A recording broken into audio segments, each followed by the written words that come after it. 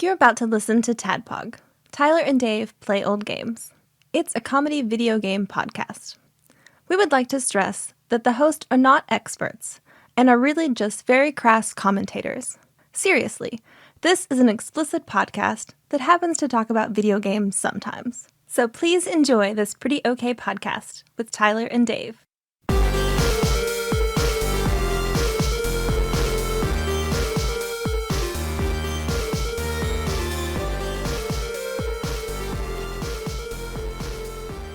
Hello, Internet, and welcome to another, almost 700, upwards of another's. Can't stop us. TADPOG can't. Until we get to 999, and then 1,000 breaks a lot of stuff. So, Yeah, it does. let's episode titles and things of that let's nature. rebrand the show at 1,000. Well, season, that's when we'll season add two. you to the Season 2, episode 1. There. yeah. Should only take another, 4 years, 5 Yeah. years? We should be there. Yeah. That's okay. something like that. Man, the podcast seasons are always funny to me because it's like especially when it's the same content, same format. Like, I mean, when we change the format of the show, like then I feel like that, when we started doing the what movie is That'll this? be all that, season 2. That could have been season 2, but we're past that. Yeah. Oh, We yeah. weren't thinking about the looming 1,000. Yep. It's gonna be bad. It's gonna be like Y2K Or all over Y1K. again. Yeah. Yeah. Or E1K. It's gonna be rough, man. Well, Tyler and Dave and Ian play old games. I'm your bearded host, Tyler. We edged for Indiana Jones last week. We did. Yeah, he's a cruel mistress. Cruel mistress. Yeah, he's like, now put this in your butt. Okay, Andy. I have no choice. Fine. You did name me after the dog, after all. But now we'll actually talk about The Adventures of Indiana Jones, which covers the original trilogy. I'm still going to talk about the movies, too. I figured that's Yeah, the bulk of what we same. talked Yeah. about. Yeah, okay. But before we get to all that, what you guys been up to? Not a lot. My TV watching has been all exclusive The Orville all the time. Getting caught up on it. Orville time. The popcorn Yes, channel. The popcorn show. Yeah. They just show Popcorns and bow ties. That's all you get. It's just spinning bow ties and corn popping. That's it. Sounds like a lot of gifts I sent. But all that would be day a long. like a hipster restaurant around here. Popcorn plus bow tie. Without Just all- infringing yeah. on Exactly. the Orville brand name. Now, I need to look up and see what the ship, why they named it the Orville. I mean, I know, like in the canon of the show. Orville. You're watching the Orville. I thought you were watching Goreville. No, The Orville. SimCity Al Gore show. I What should I finished name that. It's Yes. bulls stabbing people for 2 hours brutally. Goreville. And I'm at the point, I decided to just start over. There's 3 total seasons, and I decided to just start over from the beginning because it's been a while since I watched it the first go through. Yeah. And now I'm into the newest season. So I've been watching that on my free time. And I'm not going to say it anymore because I'm kind of tired of trying to get people to watch the Orville, but it is an amazing show. Seth Rogen is really funny. And this show is super, it's a great, it sort of starts off, it feels a lot like a takeaway from Star Trek The Next Generation. I mean, obviously it follows that format a lot. And there's a lot of elements, even plots that clearly pull from episodes of Next Gen. I've seen reviews that the Orville is more Star Trek than all the current Star It is Treks. that are out. absolutely true This that, is, that is the case. And what? Stupid question. No. Is Seth Rogen in the show? Did I say Rogan? Yes. I meant McFarlane. Okay, Excuse me. Because I was about to say. I do that all the time. Yeah. Excuse me. No offense to Seth Rogen. No, sure. This Or is- Seth Green. Or Seth Green or Or Seth Meyers. Seth Meyers. This is Seth Seth, MacFarlane. the Egyptian god. Yeah. Seth, the third son of Adam and Eve. Yeah.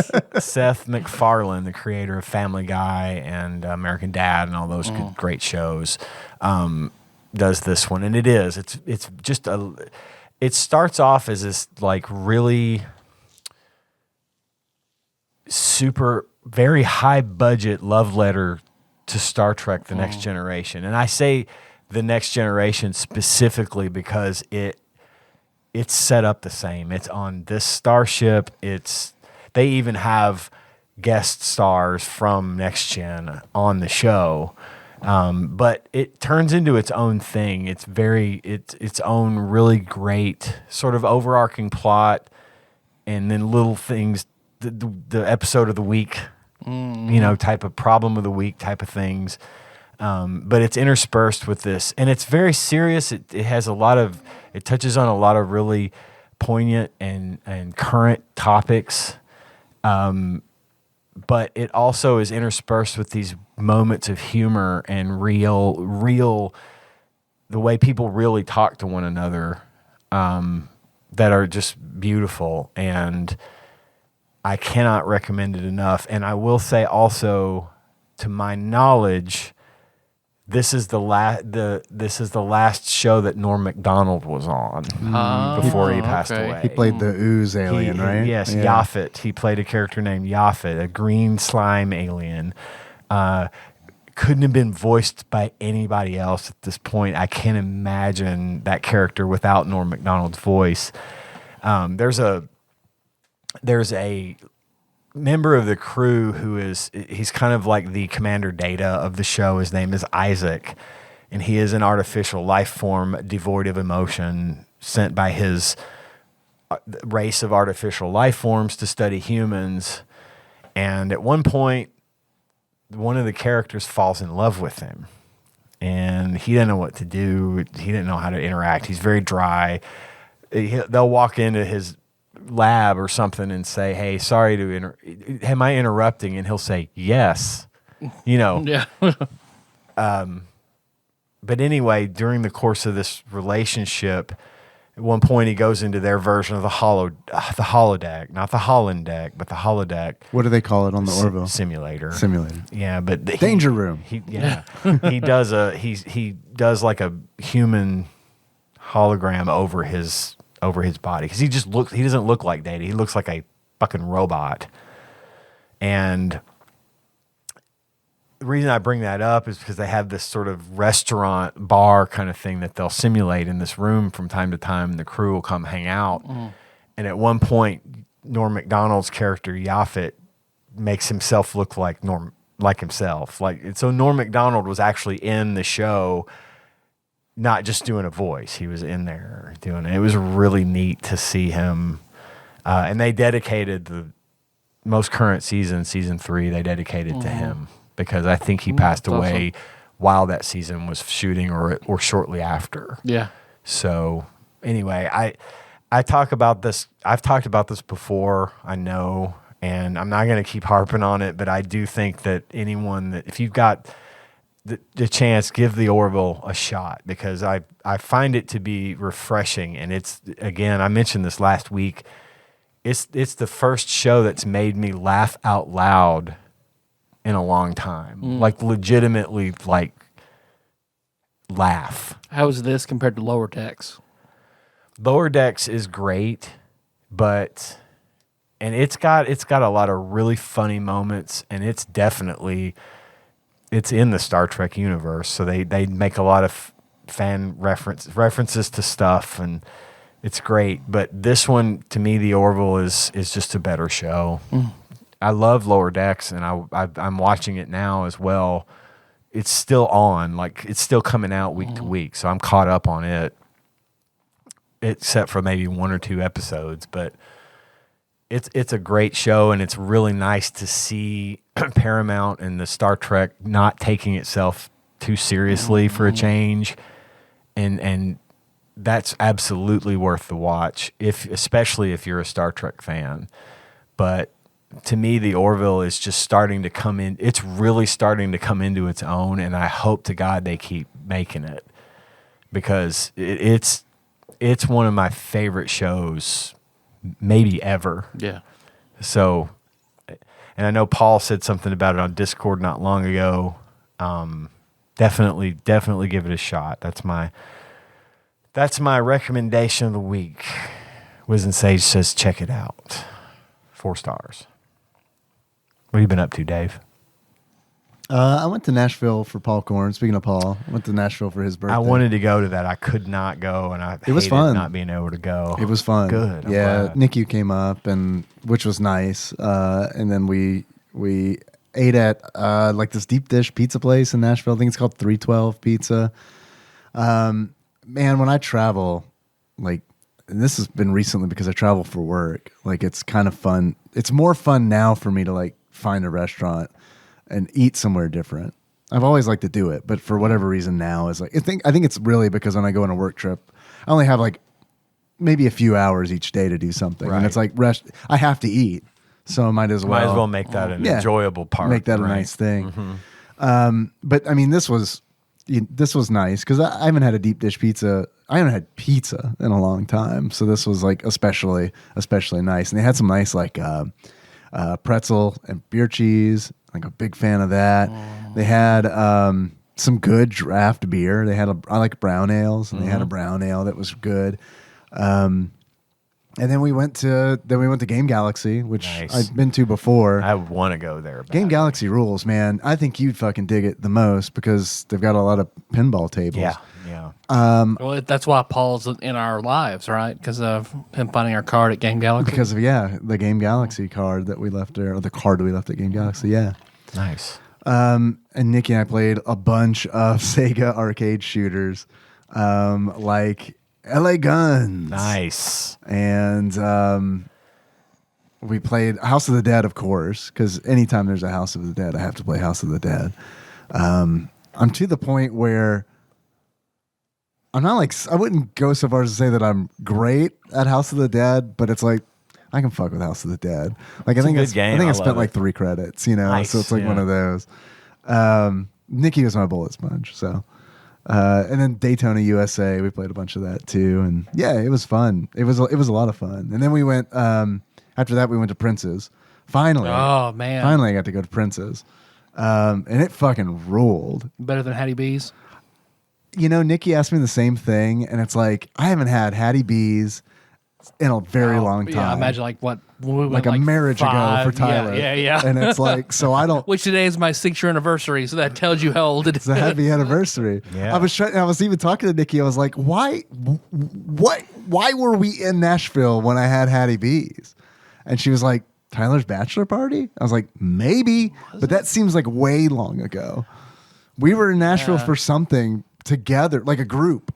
It wasn't just you and me. No, it was Taryn was with us. And that's the only thing I think of is your bachelor party. And that was a long ass time ago. Yeah, that was 2008. So maybe so if that's what I had Hattie B's. My point is I've had a Hattie B's so long ago. I have no, like, because Nikki was hard asking. To compare. Yeah, she was like, is this better than Hattie B's? And I was like, maybe. I don't know. I remember Hattie B's, like the seasoning being less saucy. Like I remember the seasoning being dry, Yeah, it's just red chicken. That's what I not thought. Like sausage, just red chicken. That's what I thought, but I don't. Is that how you remember it That's too? how I remember it too. Like Okay. the sauce was minimal. Yeah, okay. The red was on our faces. Right. They breed it that way. It comes out of the egg spicy. Yeah, that's right. they have two of the hottest chickens in the world. And They just fuck constantly, and then hot chicken. It's like breeding chocobos. They're two red chickens, right? And the farmers have to turn the eggs with tongs. To make sure it's evenly distributed onto the chicken inside That's right. the egg. Yeah. Make sure they have to bathe it in cloaca slime to get maximum spice. But yeah, it was hot. It wasn't like I didn't have the reaction to it that I did the Hattie B's hottest chicken. And Nikki was asking me, did you eat tenders? 'Cause remember, Yeah. I had the whole chicken, you had the tenders. Then tenders had more grooves for sauce to fuck you up. Yeah. So like you were more fucked up than me just because by the nature of the chicken you had way more. yeah, I always get tenders. Yeah, so I got tenders at Prince's. Princess too. has tenders? Princess has tenders. Yeah. I'm kind of surprised to hear that. Yeah? Honestly, I would have expected it's like we make one thing. Yeah. No, it wasn't like Here's that at chicken. all. I walked in, I was like, hey, I'm a white guy, I want tenders. And they're like, we got you. Yeah. They couldn't tell that you were white. when No, you I had to walked tell in? them it was Wow. weird. I think they were just being polite. We don't We see race here. Sit down, Gringo. Yeah. We were in Nashville a few years. It's been a while. And on the way out, we stopped at Prince's because Gage asked us to pick him up some and didn't have any cash. At the time, I don't know if they do now, but at the time they did not accept credit cards Really? at Prince's. Yeah, that was why I didn't go the last time I tried. Yeah, you had to have cash, and of course, Prince's is not exactly in town. Yeah, there are multiple. There's 2 locations. Oh, and then they had a food truck. The food truck is closed temporarily, they're saying, but I don't know which location you went to. But I went to the south location, and at that location, I definitely paid with a card. This one would have been on the one that's more on the way out of town, like you're coming back. That's this one. Well, they didn't at the time. That sounds like they've expanded because I wasn't aware they had another location. So I didn't either until I looked on the site because I was like looking up directions, and I was like, 2? But we stopped there, and we were ready to order, and then I was like, I gave them my card. And they're like, we only take cash. I'm like, cancel my order because I did not have any cash. But I read that Apple the biggest drive for Apple eliminating the head jack port in phones was to try and get rid of the Square payment system because it was the biggest competitor to Apple Pay. So how would that get rid of phase Square? it out. Just because you have to have that credit card thing that you would it's swipe. like the peripheral thing. Yeah. I see. well, now they have it to where it's Bluetooth. There's a reader that's Bluetooth connected, and you can tap your phone and pay that way. So you can use Tap Apple Pay Yeah, to Tap Pay's pay rad. Square. Yeah, it kind of sucks at the same time because it's like the less friction involved in a transaction, the God. less psychological damage is done, Yeah. which is a problem because it's like, I don't know. I think it's supposed to hurt when you pay a bunch of money. Oh, yeah. So You that, should be you're able to like, just go, oh, fuck, "Ba-doom." I shouldn't do that. I shouldn't keep handing this guy $100 bills. Why am I doing this? As opposed to tap, tap. Yeah. Yeah. All right. And I This doesn't feel real. Man, yeah. I just feel like I just spent $600 on bullshit. And I Apple Pay for Oops, everything. I did. I use it everywhere if I can. Apple Pay rules, man. Yeah, more gas stations need that fucking tap shit. Oh, I mean, Lord. good Lord. The 5 stars Yeah. have the tap on the pump. Yeah. Not the It's one like by the your beep. Dave's house. It doesn't because I was coasted in barely on empty. Didn't have my card because I gave it to Melissa. So I was like, oh, got my phone. I'm good. And they don't have tap pay. Wonderful. This one 5-star. The new one. That's the one brand right off new the one? exit, Yeah. right? Yeah. Man, On that the- place at the sucks. pump or in the store? At the pump. Okay, because you should still be able to do it in Oh, the in the store. store. That place sucks because it's like I mean, good for them, I guess, because they're getting all that interstate traffic. But it's like, for me, it really sucks because it's like, I'm just trying to get to work and these assholes are pulling out at Yep. 35 miles an yeah. hour. And it's like, and the ramp's right there. And Yeah. they're like, cool, the ramp's right here. What's the speed limit on the interstate again? 35?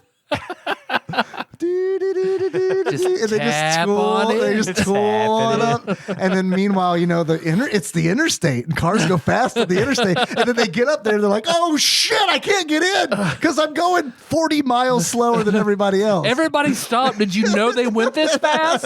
Okay, hold on. Yeah. So yeah, that gas station could suck a dick. And it's always packed too. So I go to it's weird because we stopped at the gas station across the street from that 5-star on the way to Nashville. And I started going there because that fucking 5-star sucks so bad because it's always packed. People are just like driving through the parking lot like it's. Is this the way one over by people- the skating rink that you're talking about? No, this is off the Husband Road exit. Oh. Over by the Harley. God, yeah, that Yeah. one sucks. I know exactly yeah, which it one fucking you're really talking sucks. about. But like, there's this like BP or whatever across the street from it. Which Dude, looks like a complete shithole.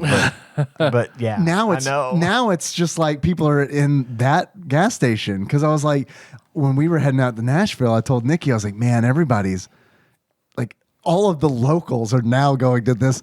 Once I told her I never in my life would have stopped at this gas station until that motherfucker opened across the street because it's like, man, if you get gas at that one across the street, that 5-star, there's no telling when you're going to get out. Because it's like, first you got to find a fucking pump. And then when you find the pump, you got to like hope that you can get out. Just leaving because They'll their box you big in. ass parking No lot shit. right in front of where you would pull out. Like Yeah. it's really poorly yeah. designed. And it's like, that's where all the biggest trucks in the world go to get their gas. They go there to sit and talk in the mornings. Like, I don't know who has time to do, but they all do. It's wild. Go to Hardee's, you guys. That's what it's for. We're trying to get gas and go to work. Go to Hardee's. Get a biscuit. Get some They coffee. hand make them every morning. Just I know, go. from scratch, says the star. Norm The Macdonald. ones in 5-star are frozen. I get it's bologna, but still. Ugh, man, I don't like a gas station breakfast sandwich. They always taste like the fucking cellophane they're wrapped in. Yeah. to me. You know what I mean? You have to peel it off. And you're not sure what's paper and what's cheap tortilla. What's tortilla, yeah. Yeah, And they hang with you a long time, too. they definitely do. Whatever they fry the tots or whatever in, whatever's in it. Uh-huh. The Same eggs oil they're taste giving like you in the pump. It's yeah, fine. the It's all eggs out taste there. like yesterday's chicken fried steak or something, and Yeah. you can still They're taste it powdered. after dinner. Sometimes dead is better. Yeah. But yeah, Prince's, it was good. It's hard to compare to Hattie B's because I had Hattie B's so long ago, but I handled it fine. I do like really commend the staff because like I placed the order and I was like, I want the XXX hot. And she's like, are you sure? I said, yep. She said, okay. Like there wasn't I'm fucking, gonna argue. there wasn't a waiver. Can I ask you why you asked me that? Are you required to ask people that? Or Right. Yeah. There wasn't a waiver. It didn't come out with sparklers or anything. Mo didn't come out with it on his head? It was just like, guy says he wants a 3X hot. 3X hot. Honestly, So- I'm surprised at Prince's. They didn't say no refunds instead of "Are you sure?" We don't give refunds here. You know that, right? Yeah. Okay. That's what I always say at the restaurants is I'm not gonna send it back. I'm not going to send it back. Yeah. Yeah, I promise. I'm not going to send it back. I'll order another dish before I send it back, and I'm not going to do that either. I'll take the hot one home and eat it like 3 bites at a time for 4 days. Until it's gone. Right. Yeah. Man, I got full at Prince's because like the tenders were big, and it's like I got to the point where I'd eaten 3 of them, and I got fries too. Saturday fucking ruled because it was an absolute cheat day. Like, I mean, it was like not logging a goddamn thing. Gluttonous Had heaven. breakfast, had a fucking breakfast burrito, had deep dish pizza and fucking pretzel with beer cheese, and then fucking Prince's with big thing of fries. Long way to say it. I was left with 1 tender. And man, I got home and was like, I'm eating you for lunch tomorrow. And fried up real good or I say fried up, but air fried up real good. Yeah. Convectioned up real good, you know? Yeah, man, high recommend. But also like, I feel like I've eaten a lot more spicy stuff since Hattie B's. So I'm curious. It's like, I have to go back to Hattie B's and try their hottest chicken. And Shut the cluck up. yeah, and just see, right? I don't know. But it was good. So thanks, Paul, for the invite. It was a lot of fun, and happy birthday. And hope we get to do it again. Yeah, and hopefully next time I can come along. I was invited, and I would have loved to have gone. We just had previously made plans. I was invited like a month ago, and then I forgot, like I do. And then Dave came at me with, "Hey, are you going to Paul's next Saturday?" I'm like, "Oh, fuck, I forgot to make plans." So I had planned on going because I told Melissa, like, I haven't been able to go like the last 3 times he's asked. I want to go here. And then it was like, oh, hey, your work's having a job fair. You have to work it. Okay. But I got 3 employees, so we're good. Nice. So at least, That's good. At least I got Hey. that going for me, which is nice. That is good. You're like a Alaskan crab fisherman out there, catching them in your Pretty net. much. World's most dangerous job. Because the first job fair I worked like last year was dumpster fire. Like both candidates, like I only found 2, and So like it from The didn't work at Office. all. Pretty much. I love that episode. I love the job fair episode. Just a blank piece of paper. But this time, like I had interview after interview after interview, and then I actually got to decide. Like, I've got 3 spots open. Who are the 3 best people? Okay, nice. That is good. So that's awesome. Hopefully they'll work out, and you I can think so. Yeah. be staffed up for a while. Staffed up. Staffed you up. Other than that, like today, like I said, was my 6th anniversary. So I worked like a half day, and Melissa and I went and got Thai food, and I've also watched more movies in a short period of time than I have ever in my life. So Did you do 6 hours of movies today? I did 3 hours day before yesterday, and then I watched Raiders of the Lost Ark day before yesterday, and today I watched Temple of Doom, and then a little over half of Last Crusade, which I'd already seen the ending of Last Crusade. For some reason, I have actually seen that. Like on cable or something? Probably, yeah. So I remember that one playing on cable a bunch. yeah. I'm so glad that you watched them. Yep. We'll get into, I guess, what you thought about it maybe in the next segment. Yep. But I watched those today too. Yeah. Had them on in the background at work. I've You've obviously seen them times, so many times. I did not get to Last Crusade, but I did get through Raiders and Temple of Doom today. Yeah. So those are fresh on my mind. Nice. I watched them all last week, except for Temple of Doom, which I watched this week.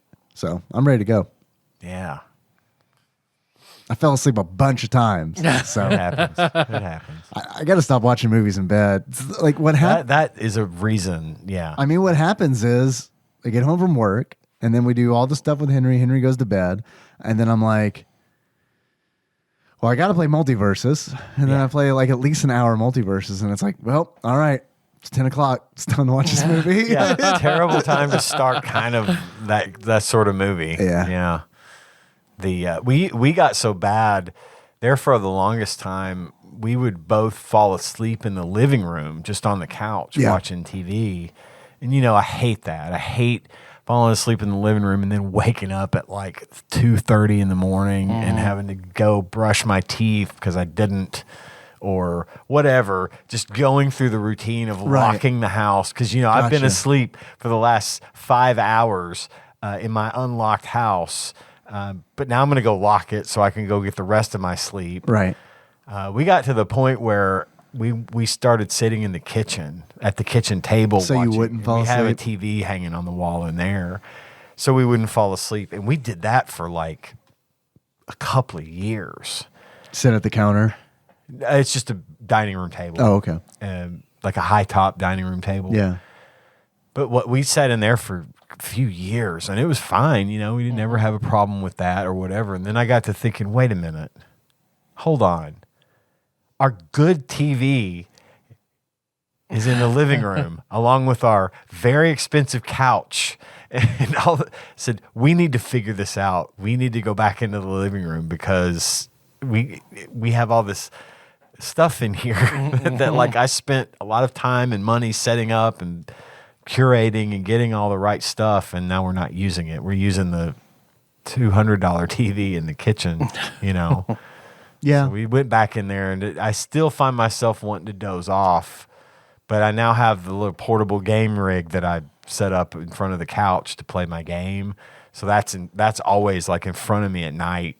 And if I start to get sleepy, I'll just play video games while we're watching whatever. You talking about the TV, having the TV in the kitchen versus the TV in the living room reminded me that when we got our new TV in the living room, I loved it. I thought it was great, but I was more excited about the old TV going into our bedroom. Yeah. And this is why I fall asleep now watching movies, is because it's like, man, I just want to watch them. I want to watch movies in bed and fall asleep. That's all I want. That's all I want in life right now is watch movies in bed and fall asleep. It's like being at the cinema, only I have a bed and I'm naked. Yeah. Yeah. Eating a sandwich and falling asleep. With half of it on my shirt. I'm naked, remember? Oh, on my chest. Yes. That's great. Yeah, I have TVs everywhere now. Because we'll upgrade. I upgraded for no reason. And we thought we needed to, and it turned out I was an idiot and had something hooked up wrong. Uh-oh.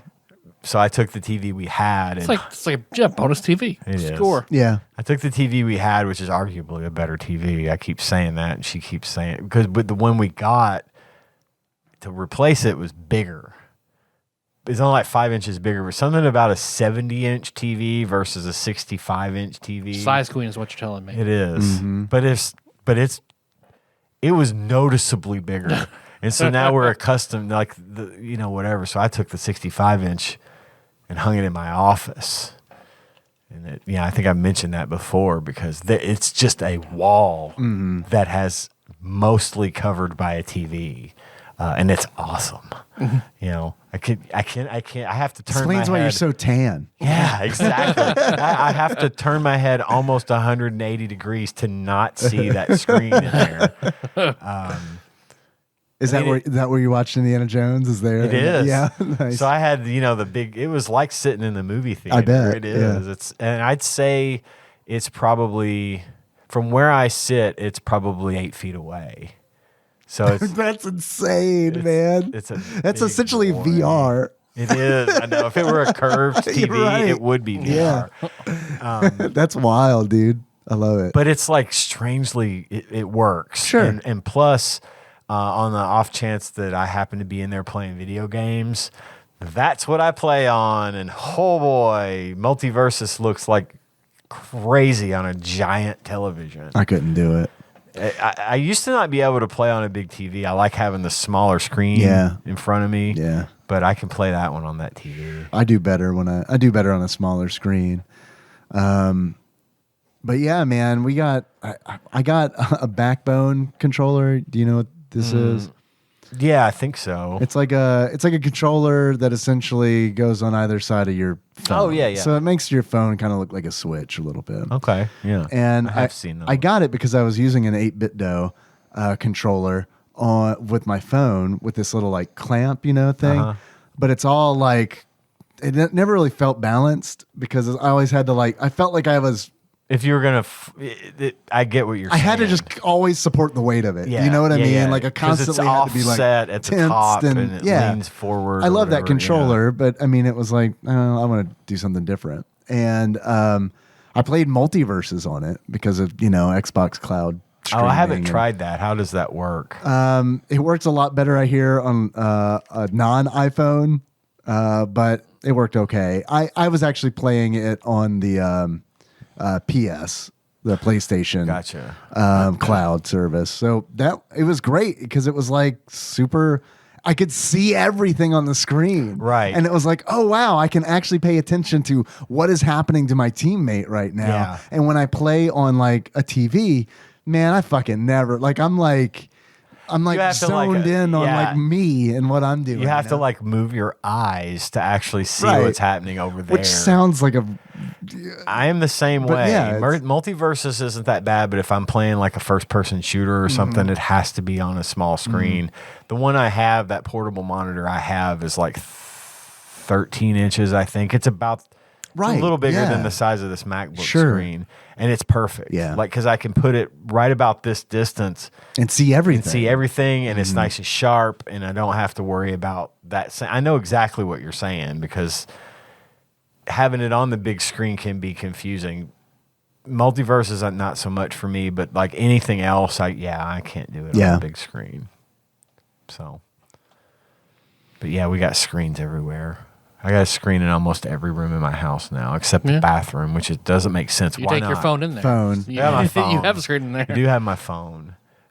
We actually have a TV, a flat screen, fairly modern smart TV.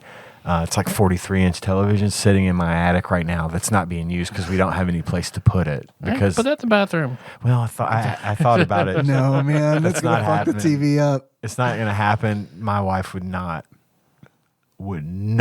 allow that to happen. She thinks Ceiling we in have the too shower, many- so you just Oh, I do that with my phone. I have a ledge that I put my phone on. there you go. There you go. I also fuck with my phone in the shower. I just for sure. put on like whatever show I'm watching and set it on. It's a window Yeah. in my shower. Yeah. And I just set it on that ledge and watch while I bathe. I just wake up too late. So it's Yeah. like I'll like as I'm doing everything in the bathroom, I'm looking at my phone and then Well, you guys want to take a break and hit some Indiana Jones? Yeah. Yes, I have multiple notes. I'm ready. I'm ready for the show today. I Ready told to Dave bust that earlier I'm Indiana load. excited. Yeah, I'm going to bust that Indiana load all over this podcast.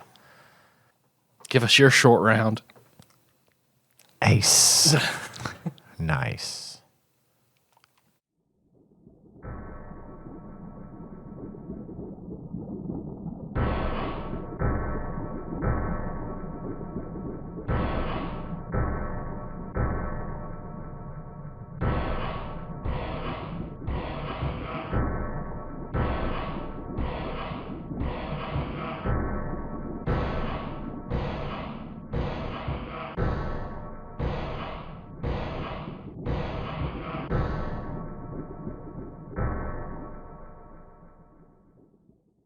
We're back. We're back. And I forgot to tell you guys something that I'm dying to tell you. Tell me. On the way back up from Nashville, Nikki and I stopped to get gas in I don't know where it was. No idea. Just an exit off the interstate, One of those where it's like, need gas station. Okay. Yeah.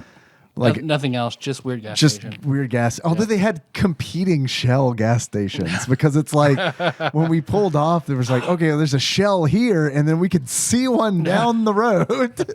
Probably owned by the same company. Probably. Honestly. Like 5 Star does, where they have 3 locations within a half mile. of Right. Yeah, another, totally. Yeah, it's wild because it didn't seem like, Paducah's not huge or anything, but whatever this place was definitely much smaller, Right.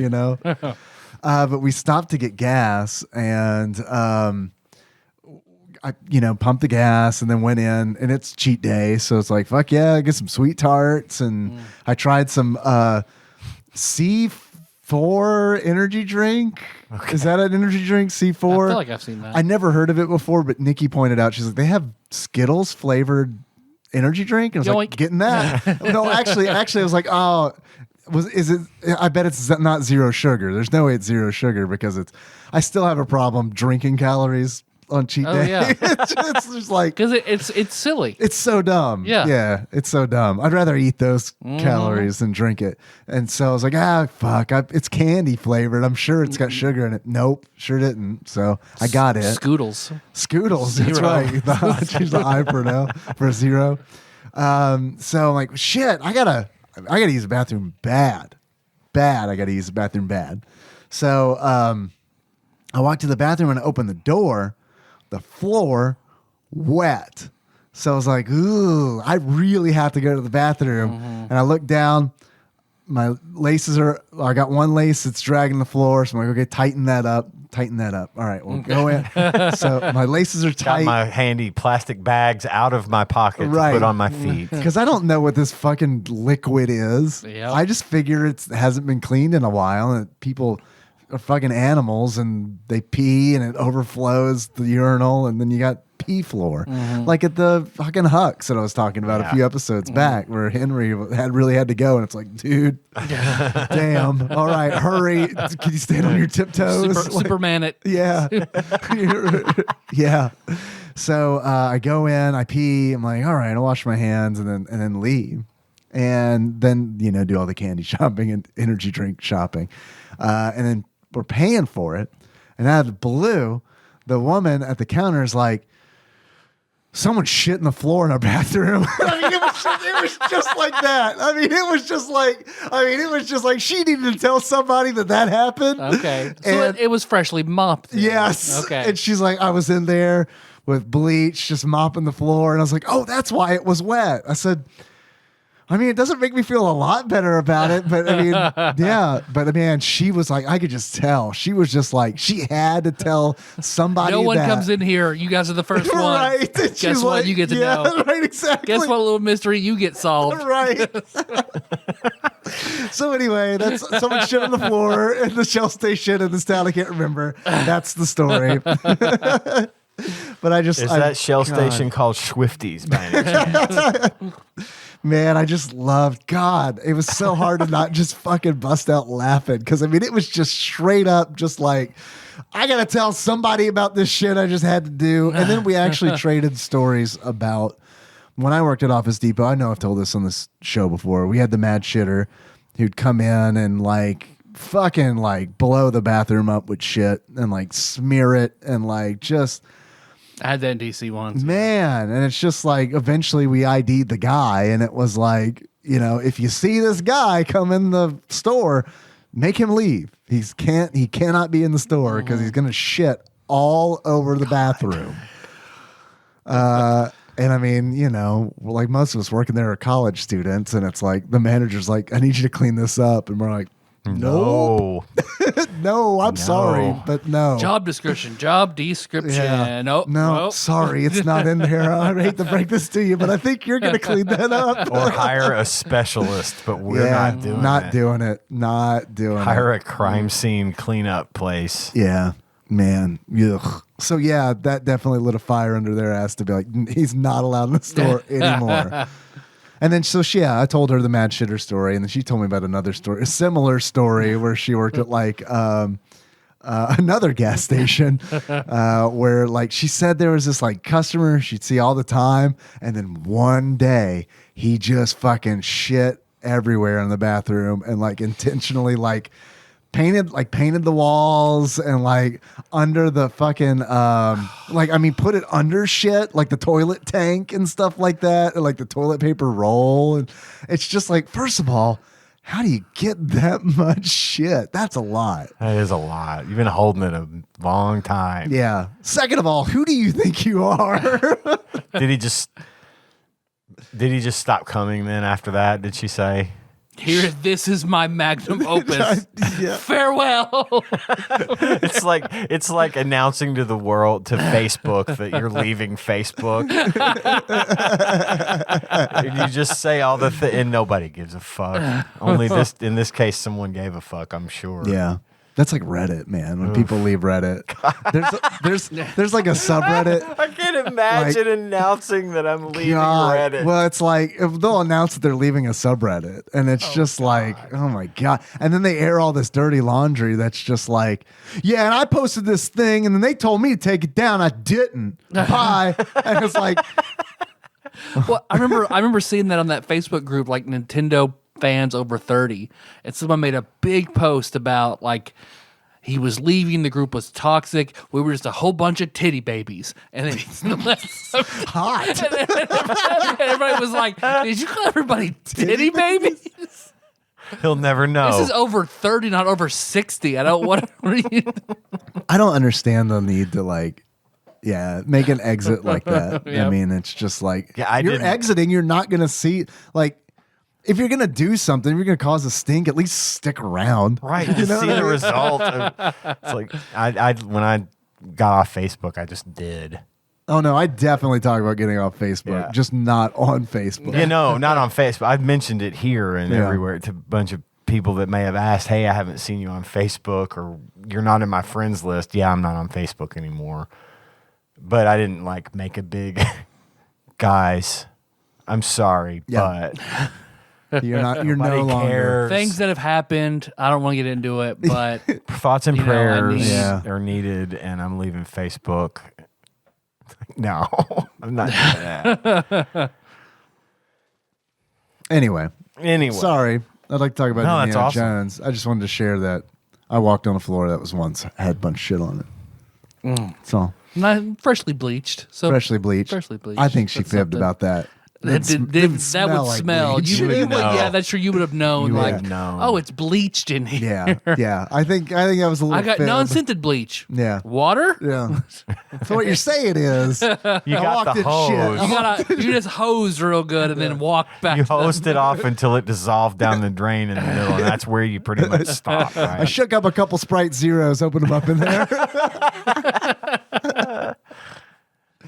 lemon lime, it's like cleans right. That's Okay. right. It kind of smells like Dawn, right? Sort of. It's got lemon. That means it's a cleanser.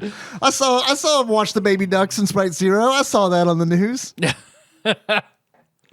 Took the oil right off All right. and the poop. All right. Clean the cloaca. Cloaca cleaner. Cloaca. That's right, man. It's a judicial It system. sounded like you're speaking French.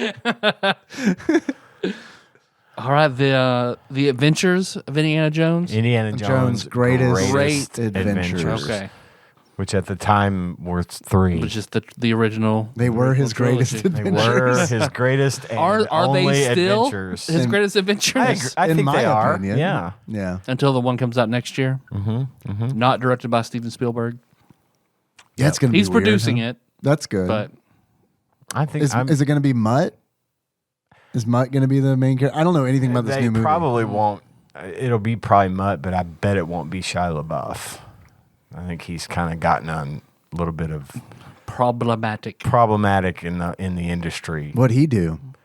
I don't know exactly. But I think he was know- just weird. I know he's just not easy to work with in some cases. Again, this is speculation, but I just hear a lot about how Shia LaBeouf is not really out there as much as he used to be. Wait a minute. You're not buff at all. In fact, you're not pretty even- shy. Get out.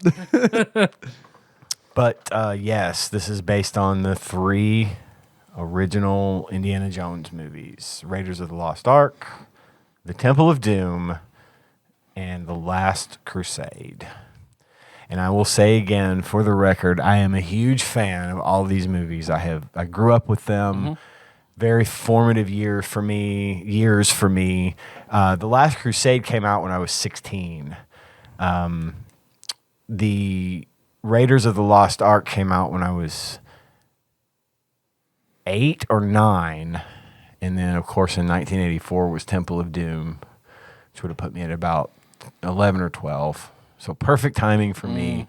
Love these movies. I watched them today, the first 2 again today. Still love them. Can quote them. Why don't we have digitally enhanced version of these? I'm surprised that we don't, actually. But I also kind of like the graininess of them. It adds to it. Yeah. No, I'm glad. Yeah. I'm glad that we don't have like some kind of like high-res 8K remastered version. I don't want Three Stooges droids and fucking, my Indiana Jones movies, you know what I mean? Exactly. Or like some kind of like prolonged musical scene. They're fine the way that they are. Exactly. There's something about those movies that lend itself to that grainy film quality that is sort of just a byproduct of the film. It was those movies were shot on film. And I'm going to say also, spoiler alert, I actually liked the game. And I think I liked it because I love Indiana Jones. No, just kidding. I love Indiana Jones, and I didn't love the game because I don't know that I'm ever going to love any of these games, but I liked this game. That's the beauty of this show. Is you have to find the things that you love and cherish them. Yeah. But I did like It's a this life game. lesson. Yeah, it really is. I thought for all of its shortcomings, it had a lot of charm, and it was as true as it could be to the movies. And the fact that they crammed all 3 movies into one game was kind of impressive, in my opinion. Yeah. Even though it was a little bit repetitive here and there, we'll get into all that. Sure. But for me, I dug it. I thought it was really cool.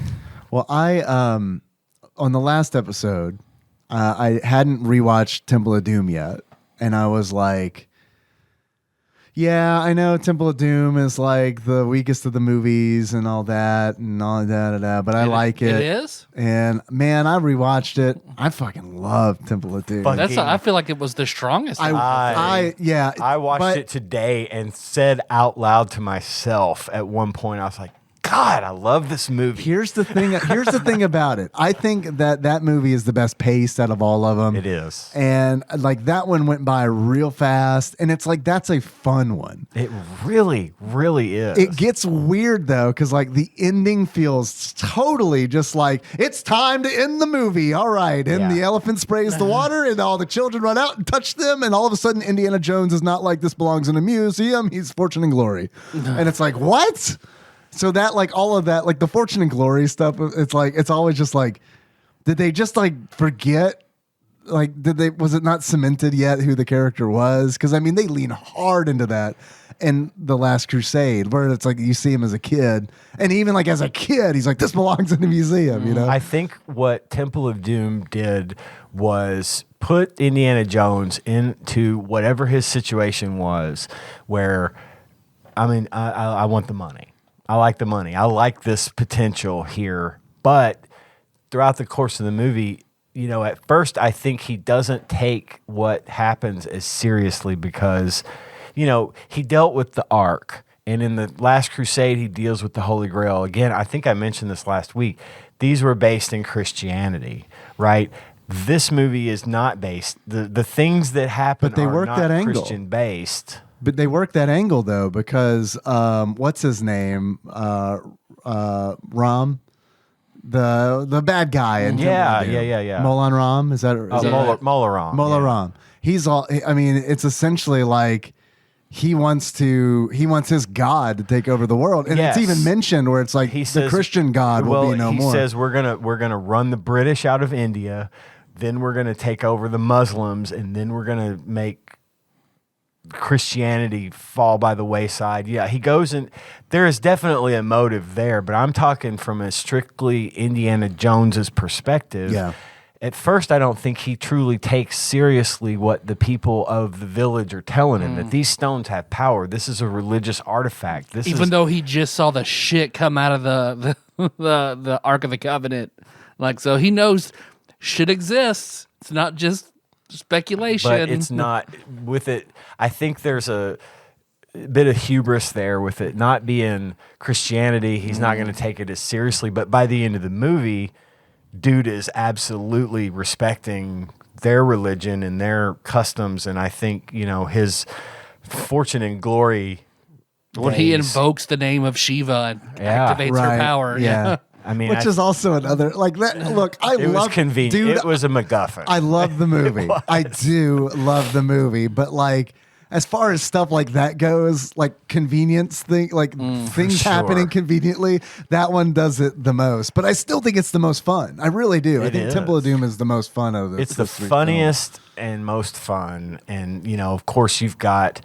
I think. Short Round is amazing. I love Short Round. Such a great little character and so funny. And his timing, even at that age, was just impeccable. Indiana Jones is great because like they know how to do Indiana Jones where it's like, oh, he should never be alone. He should always have someone to play off of. Always. Yes. Always he does. And it's great. Always whether works. it's Marion or whether it's Short Round or Willie or his father. It's always great because like they're writing the dialogue and like the character to like just constantly be playing off of like supporting characters. Well, and I thought doesn't Harrison Ford just kind of need that in general? You need the smart ass can't be by himself. I think he needs someone to be a smart ass too. I think in that kind of role, absolutely. I think his personality, I think, really comes through in his acting, and I think that is a benefit because he just naturally, for me, and I know that generally, Tyler, you're not a huge fan of the man, but for me, his natural just personality fits so well into most of the roles he takes, and I think in this one, especially in Temple of Doom, Willie is a great character. I love Kate Capshaw. She's great, but she plays that role perfectly for that kind of female lead in the like old serials at the time. Absolutely, she nails. She's shitty, straight, but she's good. She's like, so good at being that's a type. Yeah, right. That type. And I Sundari. fucking love her. I love her. Melissa and I watched it, and she was just like, I'm glad for movies nowadays. I don't miss this part where it's find a reason to get a girl in a dress, find a reason for her to be wet, find a reason for her to do X, Y, and Z. Because and it follows that. Oh, she doesn't need a reason to be wet. It's just going to happen. The woman has her role in these movies. So she's like, I'm just glad to see women be badasses now as opposed to being this. Which this is, this is fine, but this is also a piece of 81 and 84. But it's also an argument could be made that this is taking place in the late 30s. It's 1935. So I mean that's kind of like probably not why it happened. It's like were any of these movies like passing like the Bechdel test, but it does still. have Indiana Jones having sex with a 15-year-old girl in the first one. Because I remember whenever Marion talks about like, I was just a child when this happened. I was like, what's the math on that? I just pulled it up and just put in like Marion age and immediately a paragraph on the status of Indiana Jones since doing the math, he was 27 and she was 15. So being like, yeah, for sure. I mean, that's the 30s. It's the 30s. I mean, fuck. It was though. I mean, but fuck. It was the late teens. He fucked a child and a Nazi over the course of the 3 movies. Yeah, I mean, he was the Eskimo Brothers with his dad. I mean, what do you expect from this guy?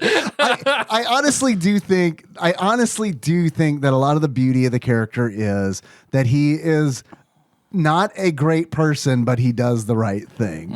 I feel like that's agreed. like something that always kind of shines through. That's And Han they Solo don't- too, right? Yeah, it is. And they go out of their way to make sure he gets shut down just enough. Like every time he thinks he gets that cocky grin like, Right. he didn't really knock the guy off of the minecart, and or the airplane belonged to the guy. He was just he's from, got that. right? He just delivers this impeccable one-liner, and it turns out the guy's plane is he getting ready to get on it. I think they do a good job of shutting him down. They have to do enough that. times, otherwise he'd make be you insufferable to be able to relate to him. Yeah, absolutely. He'd be insufferable if he wasn't a loser. You know what I mean? Yeah. Like, because he is a loser in a lot of those scenarios. He comes out on top, but I mean, it's like, this is gonna sound ridiculous, but like the shit that happens to Indiana Jones feels like it could have been written for Ben Stiller. Because it's like Ben Stiller's in a lot of movies where it's just like fucking bad shit's always happening to Ben Stiller, but like not enough to like, ruin him or anything. And also, that scene in the scene where he fucked that 15-year-old girl. You guys remember that one? Zoolander. But is it from watching The Last Crusade? Whenever he is the Boy Scout, wants to get that cross. Yeah, River Phoenix. Yeah. Okay. One of River Phoenix's few movies because he died so young. So, but whenever like the guy that beats him, looks like Indiana Jones does now, gives him the hat. So, because I remember watching the first two and being like, he is a different character entirely. The glasses on in the classroom is a different character, like 100%. It's Bruce from, Wayne and Batman. Yeah. He is. So I was like, You're is not this, wrong. he puts on that hat and he's that persona that he wants to be, as opposed to the man his dad raised him to be? Definitely. Does the glasses in the classroom is who his dad, count of 30 in Greek. Right, yeah. And he's a respected archaeologist. He loves his work, but there's that side of him where the classroom isn't enough. I don't think he likes the classroom. I agree. I think he's does sneaking out of it and all that, and like when he comes back from expeditions and his office is packed. He does it out of probably a perceived and implanted by his father obligation to be in academia. But what he really wants is to be out there cracking whips and shooting guns and getting the girls. He's a bard. Yeah. Right? If he's a D&D class, I think Indiana Jones is a bard. Okay. He's a bard, knowledge-based. He can wield the whip. He's pretty. He's a good speaker. Not the toughest one. He still gets his ass kicked plenty. He's not the badass fighter or barbarian. By the giantest people in the world. You know what I mean? Like every movie has a giant dude with a Karnov beating the fuck out of Harrison Ford. And he's the king of haymakers. He throws nothing but a haymaker over and over. He does, like he does. the guy you're fighting is jabbing you. Don't throw a haymaker at the big dude rabbit punching you. Dude, I don't know which movie it was, but there's a moment. I also want to clarify. I fucking love these movies, but so I'm not shitting on it, but it's like I swear to God, I started laughing because I can't remember which big dude he was fighting, but he does the Captain Kirk double fist hammer punch. Like he tries to do that. And it's like, man, I fucking love that because I haven't watched a lot of Star Trek, but like I love OG Star Trek. Oh yeah, Kirk and all that. Like I love all that. That's Starfleet fighting, baby. Yeah, that's right. That's right. Use what you got because you're probably not giant and buff. I'd watch it. I'd watch Indiana Jones fight a lizard man for sure. Yeah. I'd watch him fight Kirk. I think that'd be a good fight. I think it would take forever, but I think it'd be a good fight.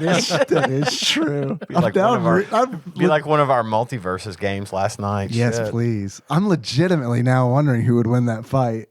It's a question for the listeners. Weigh in Discord or get us, send us a message or something. Let us know who We'll do you do a think would Patreon win. poll. Who do you think would win between Captain Kirk and Indiana Jones? That would be a good fight. I think a lot depends on like. Does Jonesy get the whip? Right, of course he does. No, I think it needs to be fisticuffs only because Kirk would have a phaser and then it would be over. Let's whip the phaser out of his hand. And that's true. Could they let him just go balls out brawl? Where are they No fighting? rules. That's important too. On the Klingon homeworld. Okay. In a neutral location All right. to them. Yeah. Like in an arena setting. Yeah. An gladiatorial arena for style. sure. Bum, bum, bum, bum, bum, bum, bum, bum. Now I want to watch Cable Guy. God, that Who I almost that is referenced so when we were talking about funny. Waterworld. Yes. God, that is funny. When they're at the gladiator place or the medieval times. Yeah. God, that is funny. So it's implied that Marion fucked the villain in that submarine in the first one, right? No, she I don't didn't. know. He's clearly still very much into her. Yeah, And she is- said like is she at least protective. liked him. She's protective of him, but she said that he was nice to her. Mm-hmm. And really, she wasn't seeing, despite being sort of I just thought that- wise to the world, she wasn't seeing the obvious, Yeah, you know, I remember he was just that using weird her. look between them when they get out the submarine. Because I was like, I was like, they fucked? Was that we fucked and it was weird? No, I don't Look, think. I don't we think fucked in a so. submarine full of dudes, and now we're here at the Nazi base. There's no privacy, so they all watched. No, I don't think that was happening. I think she just kind of is legitimately creeped out by Belloc. Yeah. Because, you know, when they kidnap her from Cairo in the basket, you know, when they're looking for her in the basket. And Fucking then monkey. that fucking No monkey. shit, right? Fuck that monkey. Glad that motherfucker Glad he ate the poison dates and died. Thank God for Gimli, right? Saving Indiana Jones from popping that bad date in his mouth. That was Gimli. That was Gimli? The guy that played Sala What? is Gimli. Really? I didn't know Oh that. shit! John Rhys Davis. Wow. Oh, I didn't know. I didn't realize that either. And crazy young Alfred Molina. I was going to bring that up. I've got some notes about the movies. Yeah. But yes, Alfred Molina was the first person to die in an Indiana Jones movie. Did he die by Wilhelm scream? No, he did I was not. like, But there were every plenty of time. them. There were Every plenty time. of Every them. time I so heard one, I many. was like, Melissa, Wilhelm scream. Wilhelm scream. He did not. He got speared to the head. We didn't know he had died until Indy got out from behind the. He betrays Right. Indiana Jones and tries to leave him to die with the rock coming at him, and he steps on a trap and gets an arrow to the face gruesomely. These movies are all up his fucking midline. violent. I know they are. We talked about this last week, and It was that scene in the beginning that Just it was him right out of the where gate. it's like, nah, I don't want to show this to Henry. Yeah. because Well, he's I not gonna like it. I mean, he didn't like the Goonies, and that like no one has yeah. spikes to their face in the Yeah. Goonies. Well, I remembered watching Temple of Doom. I remembered why. Yes, my parents didn't watch movies. I hardly ever saw movies, but there's a reason I did not seek this out, and I remembered it watching Temple of Doom. So my aunt and uncle who Too lived much brown face. too much, they live in Reeland. They used to have one of those like old-fashioned giant steel satellite dishes. Oh, Like, yeah. Whenever like I could like see it moving and shit. They have all these like Galaxy S25 channels and Right. like shit like Right, yeah. an iPad back then of a remote 1970s controller. and Yeah. 80s Yeah. satellite TV. Yeah. I remember finding Temple of Doom on it, and the scene that I saw turned me off from the series. I Was was it the eating? The monkey, monkey brains. brains. Yeah. That was so fucking gross to me as a kid. I was like, nope. It was the Beatles. Nope. That was gross for me. Same scene, but different animal. So I mentioned last week that I felt like Temple of Doom was designed to be more for the family, right? I mean, it was just more of a But you got a kid in there. there's a kid and he's rescuing children, and you know the whole mood of this one is very light and upbeat and go and action. And I think they put that in there for the gross out effect. For the kids, for like, ooh, because I remember. I don't know if it was for the kids. Well, Not like maybe your age kids, but like because I remember So if I was 11 when that came out, and so I was 3. for me, you're right, maybe not like Not born. not for toddlers. But for my age, I was just, it was like, oh, gross. I thought that was neat. I get that. I just wasn't there when I saw it. Yeah. And I didn't see it when I was 3, but I remember seeing it probably when I was, like 7 or something like that. Yeah. But that grossed me out too. I remember talking about that on the school lift bus. the top of the skull Yeah. off. The sound it makes when he pulls the skull off. I get that. I could see how that would Because I deter feel like you. I landed on the satellite with them carrying the monkeys out. like, Yeah. nope, I don't like these movies. What did you think of them? I mean, you watched all of them Generally, now. how do you feel? What do you think? I understand why back then they were so popular. Yeah. I get it. Still watching it from a modern eye is still like, oh, okay. But overall, like, I didn't have a problem watching them. Yeah. I thought the last I Crusade didn't. was I wasn't really like, good. definitely production wise and acting, and although parts of Last Crusade reminded me of like Gilmore Girls, because the banter between the characters was just bam, bam, bam, bam, one after like intelligent thing after intelligent thing with no pauses in between, just one after the other. Well, and speaking of pauses in between, that movie didn't come out until 1989, I think. I think it was I think it might have even been later than that. It was 80 something. I want to say it was 89. It was 89. You're right. And actually, I have it in my notes here. I was 16. But I think that if you think about the difference, there was a 3-year difference between the first two movies. Mm-hmm. But there was a 5-year difference between those. And I think you're getting... You can tell. Yeah, it's you a can definitely completely tell. different type of movie. Because like But it still feels like an Indiana Jones movie. It's just, I want to say a more evolved Indiana Jones movie. A little bit more, I don't know. Mature. some of the sets even in like Raiders of the Lost Ark, which I like, but I mean, feels quaint. You Temple know? of Doom looks like the ride. Yeah. Like, Yeah. exactly. But Last Crusade, for sure. It feels like it's stepped up, and it's like, you know, even like and I feel like the action's really good in that too. I think I never watched The Last Crusade as a kid, and I think the reason why is because even though it was on cable a lot, I would catch bits and pieces. It never really hooked me because what I like about Indiana Jones is the temple stuff. I like the Lara Croft Tomb Raider, that for shit. sure. I like that more than fighting the Nazis, because that felt to me as a kid, because I don't know better, it felt to me like, oh, it's a war movie. Right. And war movies are a thing that was like, well, that's typically boring, so I don't want to watch that. So like when I'm flipping and I'm like, Indiana Jones is like in the war or something, you know, and I keep flipping. But I mean, as an adult watching, it's like, man, there's a lot of good action. Why is he on a boat fighting Shriners? I don't. Yeah, right. Yeah, I like it when they ride on the little Little fucking tiny thing. Yeah. motorcycles and cars. What? But I did remember, I understood the reference, and I appreciated it on two different, a reference to my life, and I appreciate it as a storytelling device. I liked how Marion is introduced taking all those shots. Yeah. You know, drinking someone 3 times her size under the table. So it sets up, you know, future scenes for her, you know, with the villain. Right. They give her that. You get an impression of what her character's like. Yep. Right off it doesn't take much, and you're right. That is an excellent storytelling device, because you immediately know not to underestimate her. Yeah. And that's an excellent. And I like that. Just like how there's a line setting up that Indiana Jones doesn't like snakes. It's not just like he opens. Right. Because I can see it would have been very easy to open up the tomb.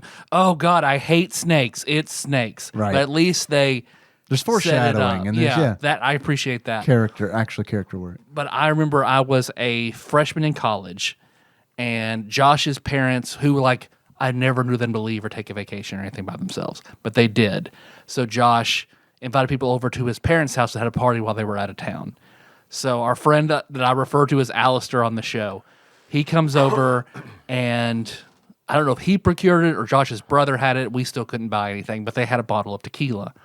And Alistair was like, oh man, you know what's going to be good? We're going to have an Indiana Jones style shot contest. It's going to be great. Josh, me and you. And he's just, okay, whatever.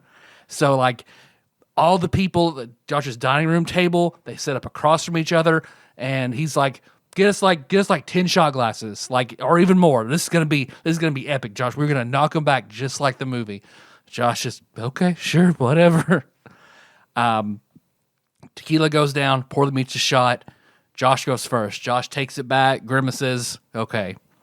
Alistair goes to do it, takes a little sip, immediately spits it out, coughs, like, nope. Everybody very disappointed, very upset. He built it up and went nuts with it and then couldn't even take a single Yeah, one. he didn't and was understand what really went down. done. Oh, I don't think he'd ever had a shot of tequila before. Right, but like right. Indiana Jones, they were doing like 8 of them.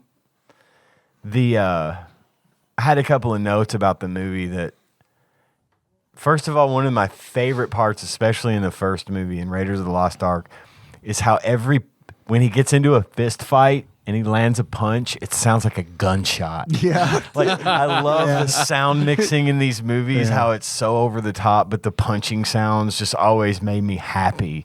Like, I know that's not what it sounds like, Right. but it's really cool, and the sound mixing in that was Yeah, just it's pulpy. perfect. Yeah, it's pulpy. That's what can you need almost in these feel movies. It. You is- get a thud, you get a little bass in there, Yeah. you know? Yeah. And I thought that was really cool. Definitely. I started having crushes on women when I was very young. And my very first crush ever was Debbie Harry from Blondie. Yeah. And I was big into her. And this was when I was like 8. You know, I was all about Debbie Harry. I loved her look. I loved her voice. I loved everything about her.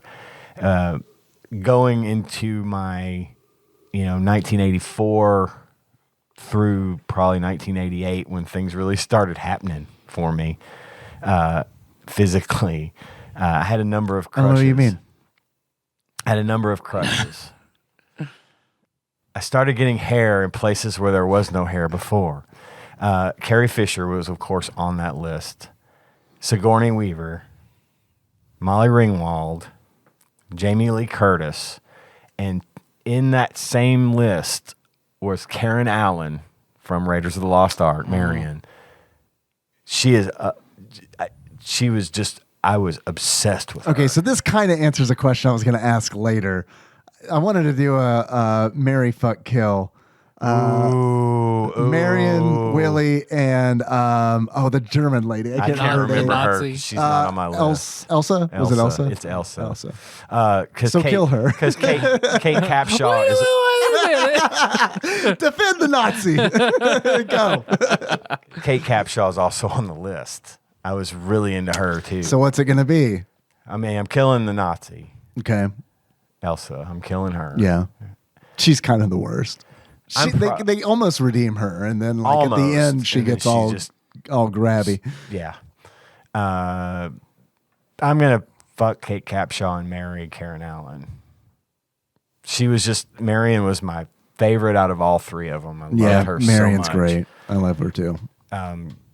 Great, and she's frequently I would for the longest time I would get her confused with Margot Kidder because they look I they could, look a I lot could alike. definitely see that. Yeah. And especially when I was younger and I couldn't keep track of stuff like that. Yeah. But because Margot Kidder was fucking hot as hell too. But yeah, Karen Allen was my big deal. To I me. could see that. Yeah. She is amazing. Yeah. She's beautiful. She's beautiful. But her acting, Yeah. her persona. Yeah, yeah. And The character's great. Even she comes back for Kingdom of the Crystal Skull.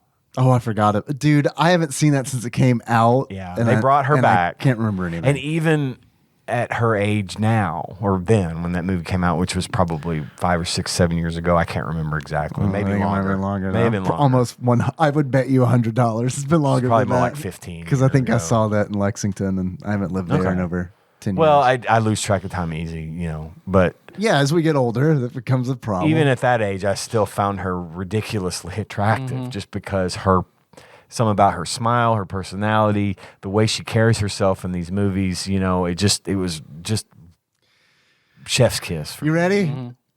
I'm ready. Indiana Jones and the Kingdom of the Crystal Skull is a 2008 Okay. American action adventure The film. last time you had Princess Hot Chicken. Yikes. Or Or Hattie Hattie B's. B's. Hattie B's. It actually does check out. I mean, Yeah. that timeline. Yeah. It just seemed more recent to me, actually, than that. But Me too. and I liked that movie. Like I said that last week too. I liked that movie fine. Most people hated it. and I that's didn't fine. hate it, but I mean, I definitely didn't.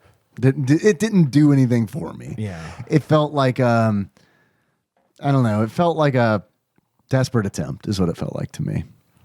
I get that. And that that feeling wasn't It was icky. It kind of felt icky. I'm gonna watch it again as well. I should probably just too. because. Yeah. But it's hard for me to hate on anything Indiana Jones, really. I'm always going to give it the benefit of the doubt. And there's obviously plenty of things I could poke fun at. Sure. That's kind they're of dated. And yeah. They're dated even for the fact that they take place in the 30s. At times. Yeah. And, Yeah. Oh, and I was like the plane explosion whenever they jump out of it. And it was just sort of vaporized. Yeah, totally. And the reflection of the Cobra. In the glass. Oh yeah, the glass. Yeah, that was a big deal for everybody. Oh my God, did you see the Cobra reflection? Yeah. It was clearly behind glass. Like, what do you think they're gonna put him in front of a real Cobra? Or the Cobra that was in the animal cart in the train in Last Crusade. Oh yeah, that looked like something out of like Chuck E. Cheese, like coming up at it. Yeah. So obviously there were some things. Well, Temple of Doom, like I know I was talking about like this, the set seemed kind of quaint and some of the scenes in Raiders of the Lost Ark, but like Temple of Doom is really funny on the rope bridge because it's like they do these long shots that make it seem like that rope bridge is like miles down. Yeah. And then there are a couple shots where it's like, oh yeah, you can see it's like a creek. You know what I mean? And it's like, ooh, yeah, they didn't think of that shot out. Really. I think one of the things that they did so well in these movies, and I think it was really prevalent in Temple of Doom, was cinematography and practical effects. Yeah. You know what they're doing. You can see that it's fake. Yeah. Like when she's trying to unlock when they're being crushed Yeah. in the room and she's trying to reach her hand in through Right. the bugs and you see the bugs crawling up under her hair from behind. The centipede that crawls like into her skull because it's... But you can tell that that's clearly not her. Right. But it's okay. It's only fine. only on screen for a couple seconds, and it gets the job done. It's fine. And I love really that. is. I love that Yeah. they do that shit. And I think that them doing it like taking the inspiration from old serials, absolutely, like really gives them license to kind of get away with some of that stuff too. And it's like, and I think that's brilliant. I really do. I think it's brilliant where it's like, well, let's take this like pulpy kind of like nonsense, and like make like fun movies out of it. And I think there's a lot of intentional. There's a lot of stuff there that's intentional. It's like, we know this looks fake, but it's supposed to look fake, and that sounds awfully hipster. He's like, yeah, well, we meant for that to be that way after the fact. They didn't mean for that Cobra reflection. But no, that was not intended. I'm surprised that Spielberg didn't find a way to get them to polish that out on the film. But when I watched it, I didn't notice it, but I also wasn't looking for it. I think it has since been fixed. Yeah, I thought maybe that it had. I watched it today, and I do always look for that. And I was watching it on Showtime. I had Paramount Plus. Yeah, I was watching on Showtime too, and I didn't see the reflection. I did not either. I got to go home now and do frame by frame. I think they may have since fixed it. Yeah, but I don't care that it was ever there. You know, I always thought that was neat. And then of course there's all kinds of, you could go through IMDb on these movies and spend hours reading trivia and stuff. One of my favorite parts of one of my favorite scenes from the first movie is that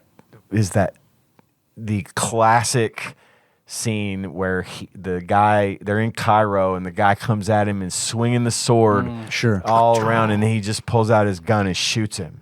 And I remember the first time I saw that, I thought I was gonna fucking die laughing at that. I thought that was the funniest fucking thing. Yeah, and the callback in Temple of Doom. I know, I love that when he reaches for his and gun. He doesn't have it. And then he does a callback to Star Wars where he turns to run and he stops and you get that shot of his face and then he turns and runs away because there's 50 of these guys chasing him.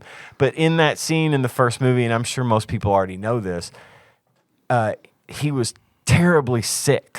Harrison Ford was super fucking He's sick. sweaty even for being in the desert. Yeah. He was, that day that they shot that scene, he was really sick. They had a bunch of people had gotten food poisoning and he had it bad. But the show must go on. We only have so long to shoot this. This ain't Waterworld. Let's get this done. Yes, exactly. Well, didn't like Spielberg was the only one who didn't get sick because he brought like a suitcase of canned ravioli, and that's all he ate the whole time they were That's on like location. the most George Costanza shit I've ever heard. Right? He slept under his desk. Anyway, he was super sick, and there was gonna be a big sword fight. Turned out better anyway. He ended up he needed to get away. Like he needed to stop and go probably shit and puke at the same time. And he just push me, pull me. He just said, "No, fuck this." Pulls out his gun and fires, and the crowd cheering when that happened actually was a real reaction. Like the people that no one saw that coming, and they said, "Okay, that's what we're doing," because and that's the kind of thing I love about movies like this, where you have those real, genuine moments that are based on some kind of reality that end up being cinema classic moments where the accidental stuff is the most fun. Yeah. You know? And this kind of movie to me, probably, it just kind of really lends itself to that sort of thing. Sure, they're Because fun movies. They are fun, and you could tell for the most part, I think I've really felt like the people in these movies that were acting and doing their part were having a great time doing it. Yeah. And I honestly like, I've always been a huge Han Solo guy, right? When I ask me who's your favorite Star Wars character, it's Han Solo. It's Han Solo. I like Indiana Jones better than Han Solo.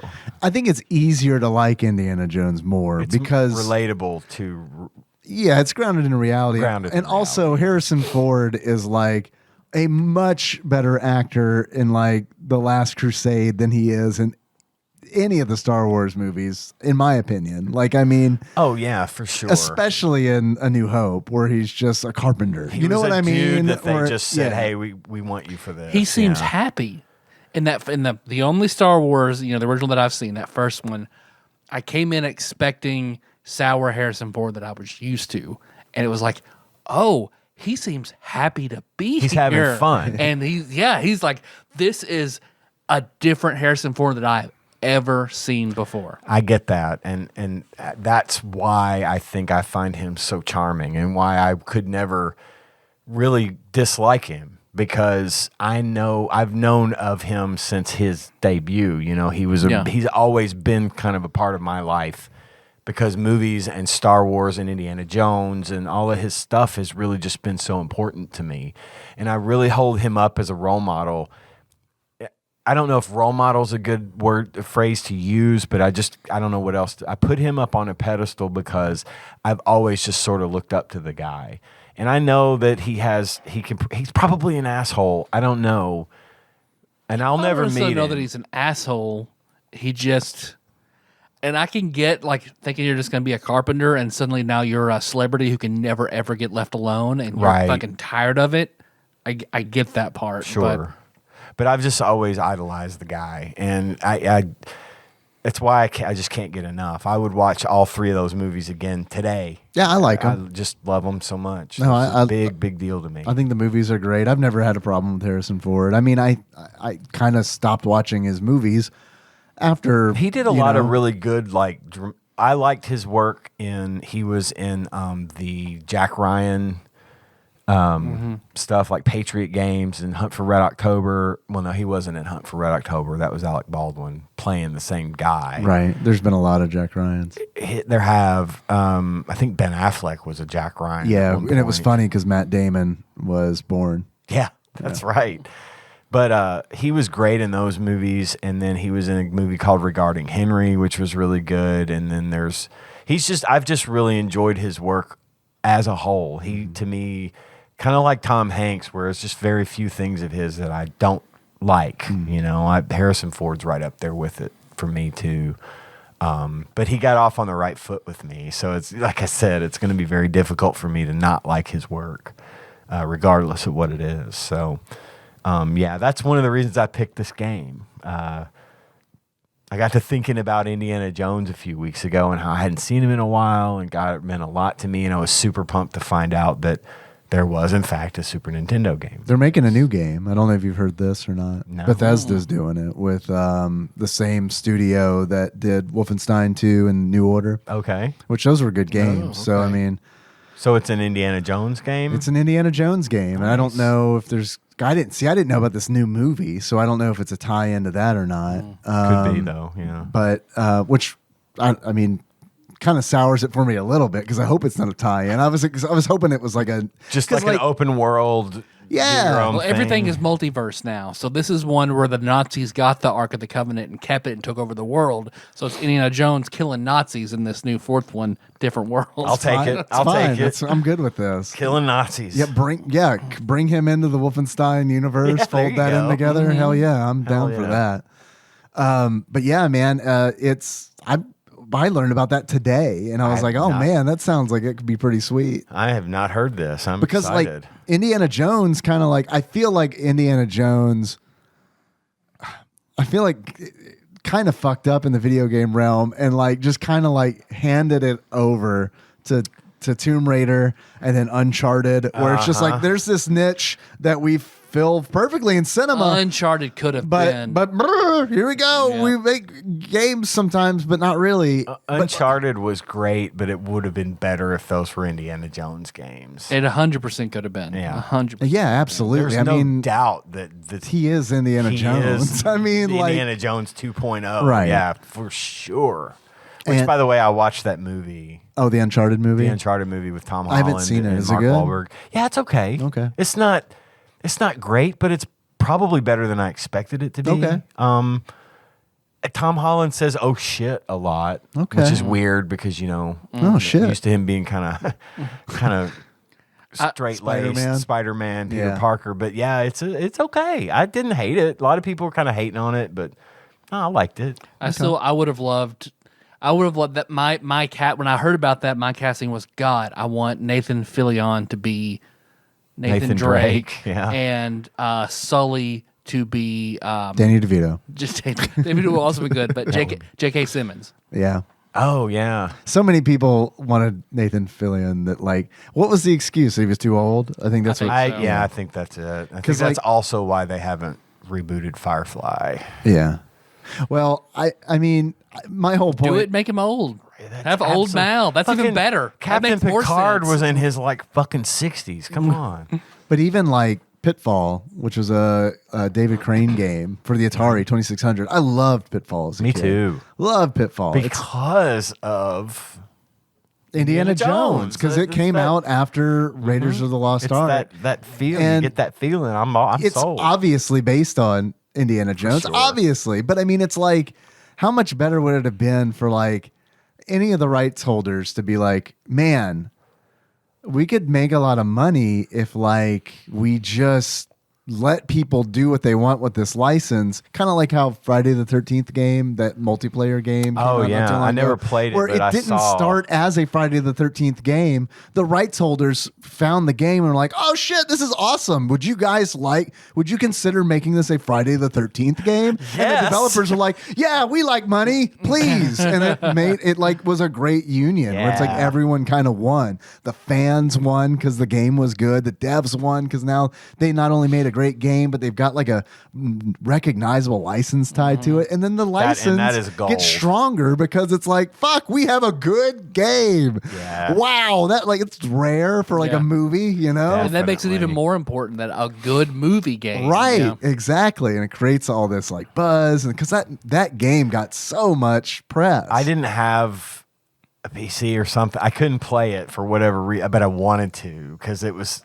I watched people playing It was like, fun. on Twitch and stuff. Yeah, it was fun. It was a really cool looking game. It was fun, And yeah. I thought, yeah, what a good idea. And All I those love the servers are fact shut that down it was. now, aren't they? What's Yeah, that? I Those think they servers took are it shut all down. I think down. so, yeah. I just love the fact that the story behind it, like you said, that it was just going to be this game, and they said, "Hey, you want to do this?" It's like, yeah, Yeah, yeah. I mean- that should be more prevalent. Yeah. Let's take something that someone's made here that looks really great, and now let's overlay it with something that a lot of people love.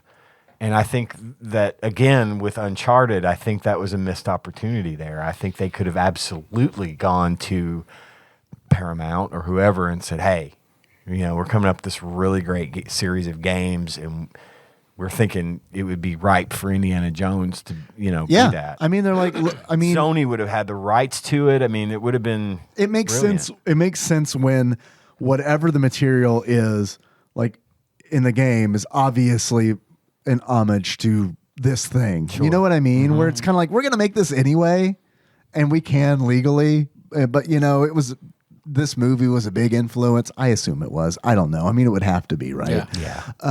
And then kind of like the ball's in your court. You can make this an Indiana Jones game or not. We'll just do what we're going to do. And I mean, I can say arguably that, Tomb Raider was its own thing. And sure. Minus, I didn't care for the Angelina Jolie movies, but the ones that came out fairly recently, and I say that with the same grain of salt that I said, Kingdom of the Crystal Skull. That blows came my out mind yesterday. that Kingdom of the Crystal Skull is that old. But the new Lara Croft movies are really actually good, and the newer Tomb Raider games. I've heard they're great. good. I own 3 of them. I think I've played all of Me too, them. and I got them on Steam for like $2 Yeah. or something. I played and beat all of them. They're actually really good games. I know. That's what I hear. It's very much like the Jedi game, the recent Jedi game. Yeah, that I've also came got out. that.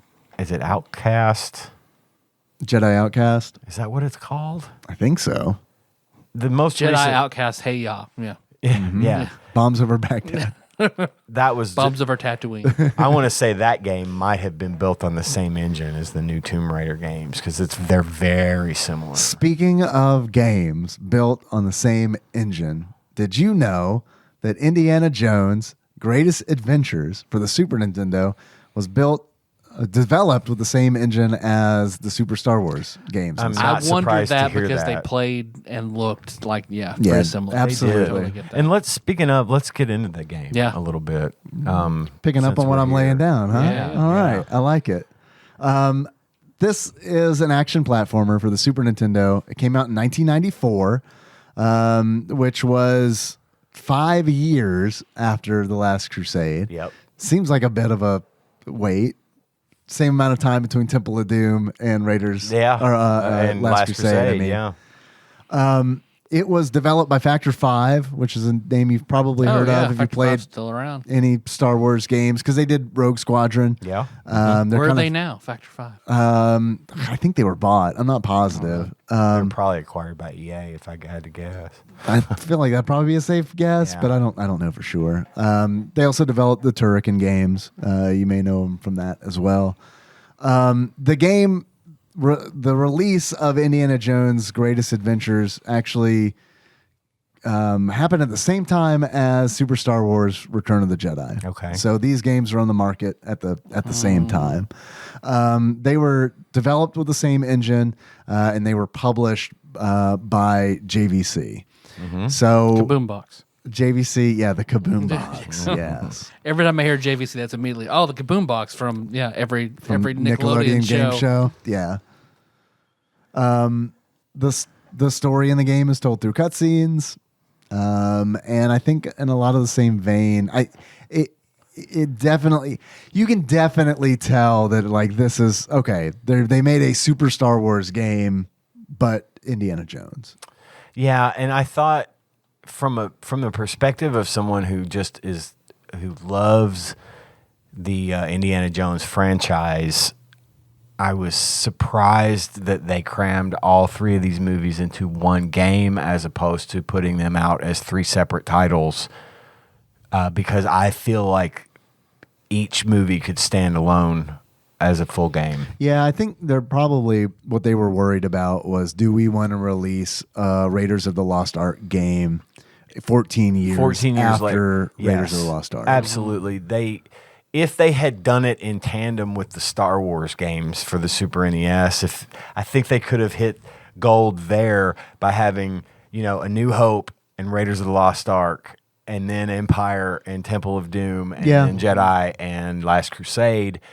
Because Star Wars stopped being a thing Kind of. the movies kind of. Well, the movies stopped. The movies in stopped. '83, and I think they come back 14 years later and make.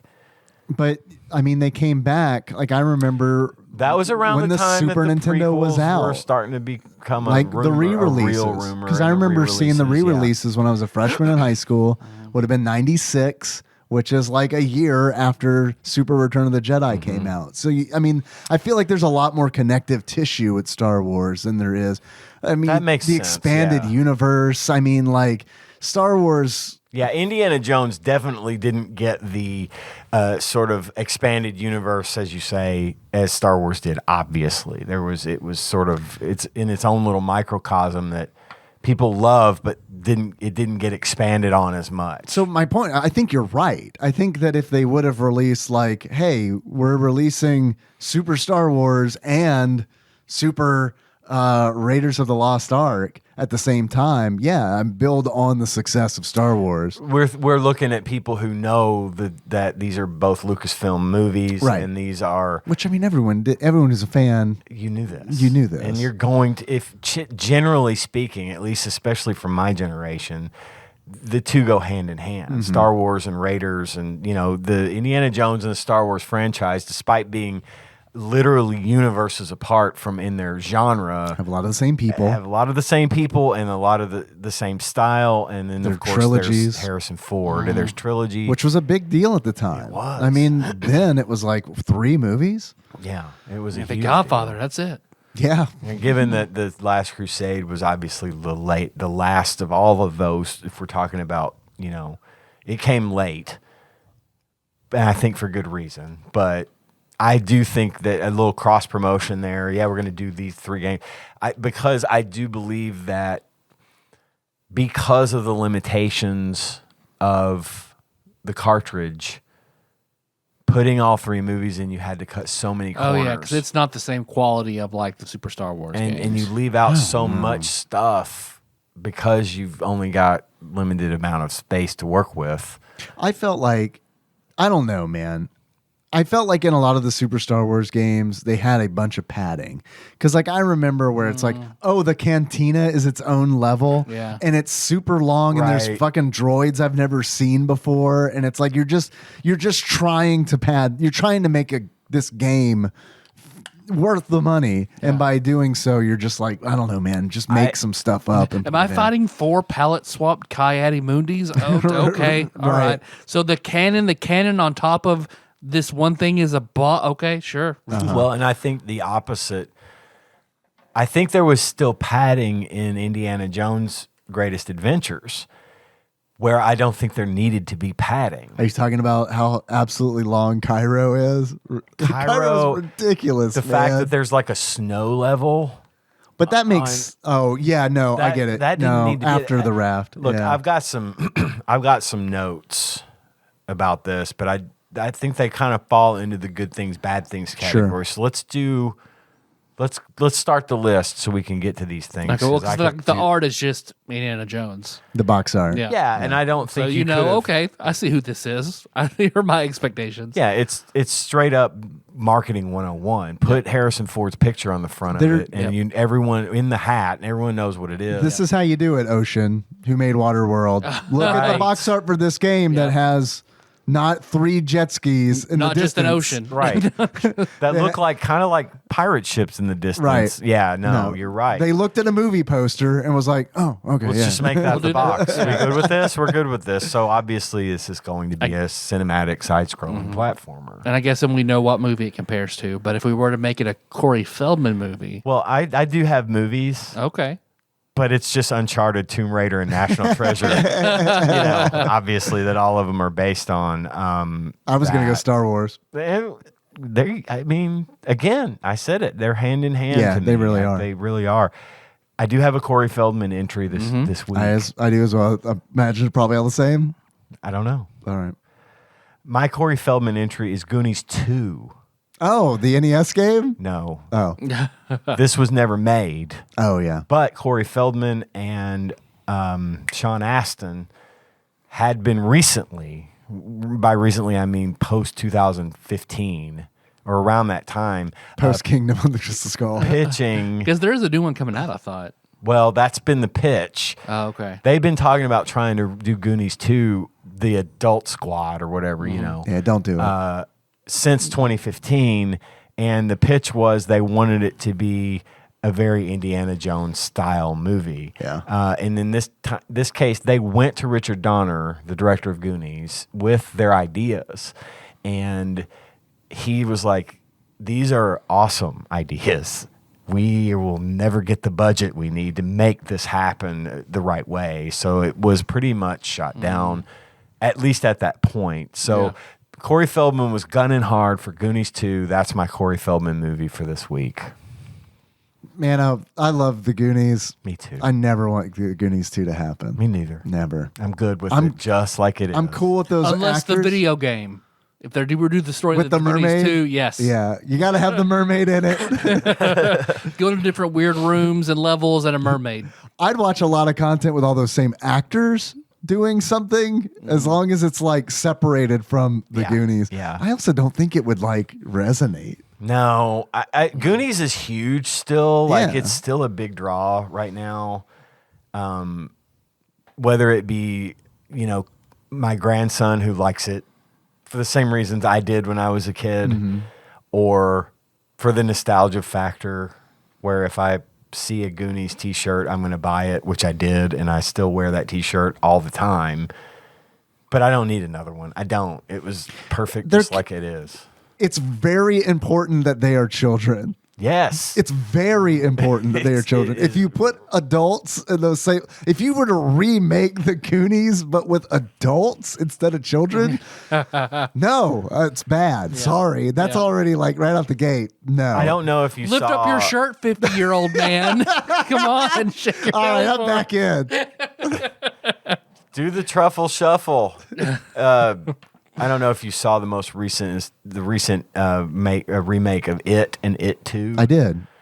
It was awesome. Yeah. It 2 was garbage, and I it haven't was seen, relative. I haven't seen it too. Oh, the first movie was way better because than the second, they were kids. Yeah. The second one has them grown up, and I know that's the book. Right. I read the book twice, know. But I just didn't like the second movie. I thought it just, for some reason, it just did not hit the same as the first one. It definitely doesn't hit the same. And the first one blew my mind, and I was like, oh my God, this is wonderful. And then the second one came out, and I was legitimately disappointed. And I think it's just because I didn't like most of the actors they got to play the adult versions of those children. And it's also kind of tough because it's like kids you can relate to because we've all been kids and we know what kids are like, and kids are pretty similar. You know what I mean? Because it's like they haven't grown to be assholes in different ways, like they are in It Part 2, where everyone has their problems because of the shit that went on when they were kids, and it's like the trauma they It too endured, trauma dump. Okay, right? Yeah, I mean, that's it is exactly that's what it is. is. It's nothing but a 2-hour-long trauma dump. Yeah. And it doesn't really get better. I won't get into that. I liked the second movie, but I agree that the second movie isn't nearly as strong or compelling as the first. I liked it only because I knew it was necessary. Sure. And the story is great. Yeah. And I thought Bill Hader was fucking fantastic in that movie. That was the one, he and the guy that played the hypochondriac kid. Yeah. Were awesome in that. I agree. And I think they made a good choice there. And it had its moments where I really did enjoy it, Sure. but I was disappointed because it wasn't as strong as the first one. I'm going to ask you, I haven't read all of it, so I'm going to ask you a question. Without spoiling anything for anyone who hasn't seen the movie. The way that it ends, is that how it ends in the book? Sort of. Yuck. Because, man, Look. I got to that final confrontation, and it was like, really? Yeah. Really? This is how we're going to end it? Really? It was kind of like that, but Stephen King was so buffed out on coke when he wrote that book. Yeah. It made perfect sense to him at the time. There's also a really, really uncomfortable chapter in that book. The orgy. The orgy? The orgy, That was tough What's to read. the orgy? where all the kids have an orgy. Yeah. Oh. Yeah. What is it? The ritual. They the ritual don't of have chud. Is that they what you're don't have talking an about? orgy. They take turns having sex with the one girl because that's the way they A train. Ah. Yeah, they feel Or like they- that's the only way they're gonna bond and be stronger together. At the end That of sounds it, like a coke fueled dream. you remember the term blood brothers You guys, we need to bond. back in the day. I never did this, but Again? You could be blood brothers. Guys, I need to bond again. No, we've already bonded 5 times. It's becoming a problem. I haven't bonded in 3 days. I'm bond backlogged. They did that in it instead of the orgy. They did the blood brothers. Oh, really? Okay. That's how they did it, which is still gross, but whatever. But it wasn't nearly by like leaps and bounds less gross than the book. yeah, that's the true horror of the story, huh? Did you guys do the blood brother thing with anybody? No, No, never. no. I grew up in the AIDS epidemic. Yeah, me too. Linda Ellerby would have been real fucking upset with me if I was somebody's blood brother. We were really hyper aware of blood being dangerous in the 80s. No shit. But we, reading that book the first time and reading that chapter, I was like, oh my What did I just fucking read? God. These are children. They are. Yeah. Is how much detail is? I mean, is it like It's enough. It's really. It's enough. What is this, to Indiana be- Jones? Yeah. God. It wasn't like they're chapter 27 and they all had sex with the girl. Turn the page. Chapter 28. They are now bonded. If it had been that, it would have been at least a little bit less. Well, it's like to that read. the weird chapter in the Gunslinger. So King was super young when he wrote the Gunslinger, and there's one weird scene about Roland sticking his gun in the vagina of like a giant woman. Yeah, who's in the town. Who's like all about. It's like, I'm going to kill your baby, and puts the gun in her vagina. Yeah. It's the best way to get them. Who wrote this? A young man hopped up on coke? Yes. Oh, yeah. It turns out, yeah. I guess it was. So anyway, I didn't mean to get off on the it tangent. I'm glad we did. I learned a lot today. I'm not going to read the rest of it. What was your Corey Feldman movie? The Goonies. The Goonies. Yeah, because of Short Round. Yeah. Mine was Teenage Mutant Ninja Turtles. All right. It's because it is, I guess, in that, Corey Feldman, of course, voices Donatello, correct? Yep. Yes. Okay. What was my line of logic? Where it's fantastical and serious with unexpected supernatural elements, like Okay. when Splinter projects himself and, when they're meditating and stuff that you don't expect. So, Okay. Yeah. I like it.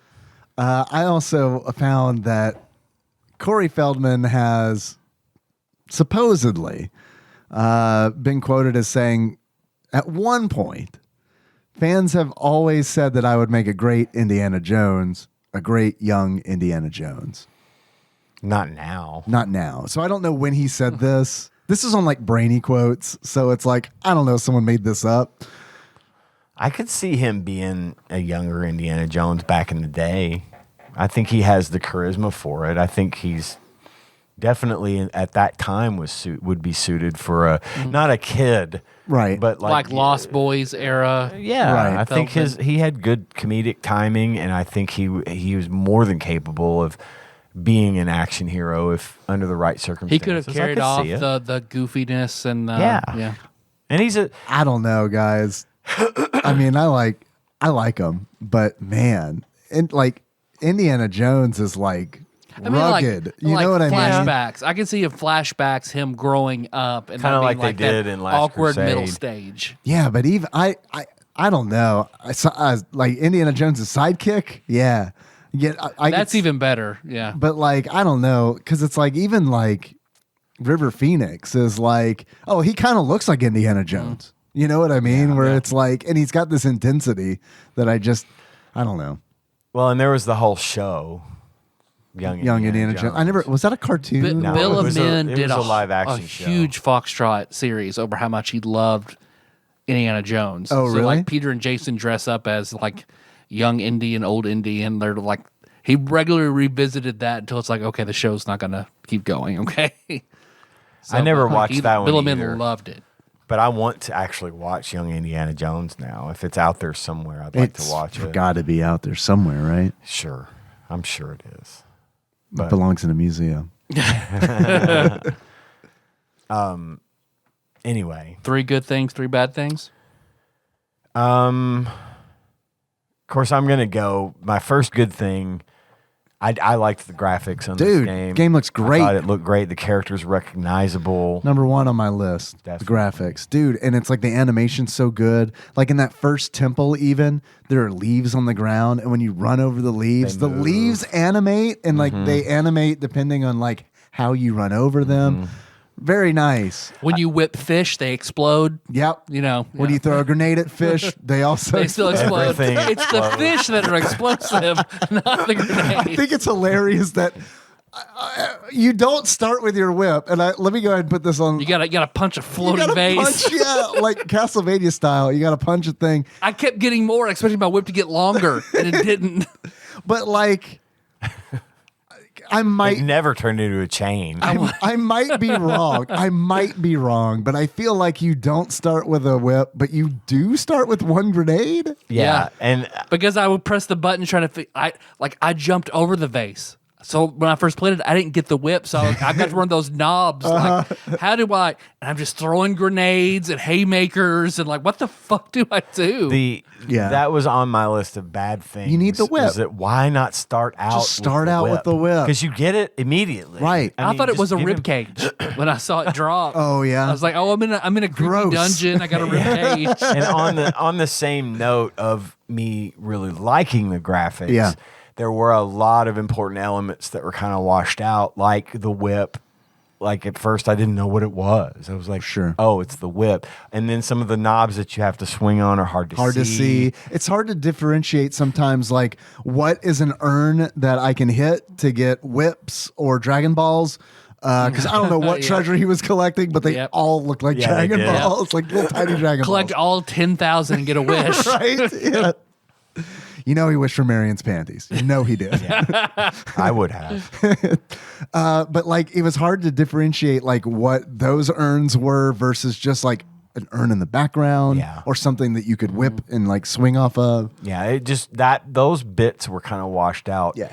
That being said, the graphics were smooth. Yeah. Indiana Jones looks great. Yeah. I think the enemies, even though they were stupid and one dimensional, Yeah. literally they just stood there and shot in the same direction. Yeah, so you jump over them, they don't turn around. No, they they, just keep don't fight firing. back. There's Same no AI direction. at play here, which is fine. but Yeah. That's They one of my looked negatives. good. Yeah, I get that. I thought it was always funny but it's also kind of Where'd like, he go? He was over here before. Yeah. Bam, blam, blam. it's one of the, for me it's like a gray area because it's like it's a game from this era and some of them don't do that. You know what I mean? Yeah. I just Yeah. kind of, but I agree. Yeah, it would be. I'm nice used if to. they I'm were old enough smarter. to be used to static enemies, so it's fine. It didn't bother me that much. But the It's other funny. one of the other, yeah, it is funny. One of the other things I thought was really good was So when I played what little I played of Final Fantasy, the Chocobo thing fucked with me. Yep. Like, I didn't like it. It Yep. was jarring. It was like, what the fuck? Yep. This does not have a place here. However, in these games, you're surprised with Mode 7 segment where you are steering the raft in the Temple of Doom and the minecart. Which the raft is like, I mean, that's Hoth from Super Empire Strikes Back. Yes. Like, I mean, it's like, oh yeah, because The snow speeder that whole thing, snow yeah. speeder level was Mode 7. Yeah. So a lot of that is just like, But it fit. Yeah, it was does. So It does. absolutely required, Yeah. and it was a pleasant surprise for me. I think there were a couple of missed opportunities for the Mode 7 where, like, instead of the snow level, I would have liked for there to have been a Mode 7 in Raiders of the Lost Ark game section of the driving scene where the German guys are crawling up around the German soldiers are crawling around the side of the truck and I think that would have been an excellent Mode 7. yeah, that could have been Mode cool. 7 where you crawl under the truck to get back to the rear of it. Something like that, add that in there. That scene is wild. It really And it's is. funny, And too. it's I so mean, funny. yeah. And Let's have the bad guy do it. Oh, nope. Ba-dump. Yeah. his legs fly up. I think that there was some stuff that could have been left out to make room for that because they put it in Temple of Doom twice. There wasn't a Mode 7. Oh, there was the plane in For Last Last Crusade. Crusade when you take the plane out of the blimp. Are we talking about bad stuff yet? Well, I'm kind of mixing it up. A little Well, the bit. reason is like I want to jump in and say like I feel like for the most part, the mode 7 in this game looked really good, but like, holy shit, man. Like that last Crusade segment where you're flying the plane from a gameplay standpoint fucking sucks so bad because it's not a dogfighting game. They just threw a dogfighting segment into it. Yeah. And it's like, here's what sucks about it. It takes me 4 times to figure out how to do it. And then this is a problem with checkpointing because it's like it takes me 4 times to figure out how to do it. All of a sudden, it's going from a platformer to dogfighting. I'm kind of thrown in there. I don't know how it works. I die, and it's like, all right, well, you got to start this over at the very beginning of this segment. So like, you got to like do all that platforming again, and then get back to this mode 7 segment where like, hopefully you haven't forgotten the things that you learned from this very small section of the game. And that's really frustrating, but it's also beautiful. I thought it was gorgeous. It was the most appropriate sudden use of mode 7. Like those scenes were made for that to be added into the game using that. I thought it was great. I thought all that. You're right that the controls were janky. It sucked, was just not man. great at all. But because it's like in order to hit anything, you have to fly all the way to the top of the screen, and then I had to like learn. Or it's like, oh, okay, they only hit you when you're like on the same level, and it's like this isn't dogfighting at all. It's just wait until there's not a plane higher than you, and then fly up and shoot. And it's like, and you have to kill like 20 of them. No, man, it's not. Please don't. That hurts. Cuphead's a really, really good game. But like you have to kill like 20. You have to like shoot 20 planes out of the sky, and it's just kind of like, I don't know, man. It's just excessive. It sucks because it like looks so good, and I love that scene in the Last Crusade. Such a good scene. Where it's like Sean Connery's firing off the fucking tail gun of that plane. And 11 like saws o'clock. off What happens at 11 o'clock? Right. 11 o'clock. Yeah. Yeah, I love that. So I don't know. It's tough. And like the mode 7 minecart really sucks, man. It really sucks. It's janky as fuck. Because it's like, and it's another one where it's like, yo, you haven't done anything like this at all in the game, right? Cool. Well, here's the thing. It's mode 7. You're in a minecart. You got to now you have a reticle, and you have to like move it around the screen and shoot dudes in minecarts. And hey, also, we're not going to tell you this. You'll find out when you die from it, but you have to shoot levers that change tracks. Yeah. Which way is which? I'm not going to tell you. Also, you shoot it more than once, you're probably going to flip back and you're going to die. And it's like, God damn it. I think they should have leaned into the left tunnel thing. Yes, you know, agree. like if you had Yes. watched the movie, then you take the left tunnel, you'll be fine. It Right. lasts like 10 seconds Yeah, and you're good. right. But if you take the right tunnel, you're in for some fucking bullshit. Well, it's like, it was infuriating to me because it's like, it just sucks that they expect you to do it. And the punishment is, oh, you ran out of lives. You got to start this all over again. And Make it like jumping. Not necessarily shooting and all that kind of just jumping. Or fuck, stuff, man. Or just steering. Make those segments where you have endless lives. yes, or you die on that segment, no big deal. You just start back up from that segment. You don't have to redo everything. Yeah. And again, I know this is a game of its time, and where it was like, well, that's not how we make games. But like, that one's hard for me. Like looking back from the lens of 2022, where it's like, fuck, man, you guys made a really frustrating, like what could have been fun. Yeah, there was a lot of missed opportunities here for sure, but that is definitely one of them. And Super Star Wars, I feel like, is guilty of that too. Mm-hmm. So I mean, it's like, it's kind of one of those where it's like, God, man, it's just one little change would have made the biggest difference. Absolutely. To me. It's very often the case. Yeah, because I just had graphics, movie accuracy, and music accuracy. I like the music. The music too. was great. I do, and again, you're right. The movie accuracy, except for some of the levels that just didn't belong, that weren't there ever. Again, that padding I was talking about, we brought up earlier. Aside from that, yeah, it felt like the movie. It felt like This would be this is a good level design for the bar in Indiana Jones or in Raiders of the Lost Ark. It was one room. Right. It wasn't this giant thing you climb up, but they added the fire. It was exciting. It was an exciting level. That was a really fun level. Yeah. Because you've got that. They give you just enough time. It's not like impossible to do, but it's still challenging. Yeah, it's fun. And it's you feel exciting. satisfaction when you beat that because you get the fire coming up. And I didn't jump over this time, but next time I got it. And that's probably one of my favorite levels in the game. it was a really, really good level. Because it is, like you said, I mean, it's just challenging enough. And it's The like fire level? Yes. Yeah. That's where I quit because I spent 30 minutes. There were these jumps I could not make. I save stated and I went over and over and over. I just said, fuck it. I'm watching the movies. I don't give a shit anymore. Like, this jump, fuck it. So Because that's pretty early on in the game. Yep. Yeah. But there were some that, well, again. I could not figure it out. Like, I was trying to push a box and I was hitting the ledge above it. Then I would try and just fall to my death, fall in the fire. I had that problem. And what I did was I watched this section of the long play and I saw what he did.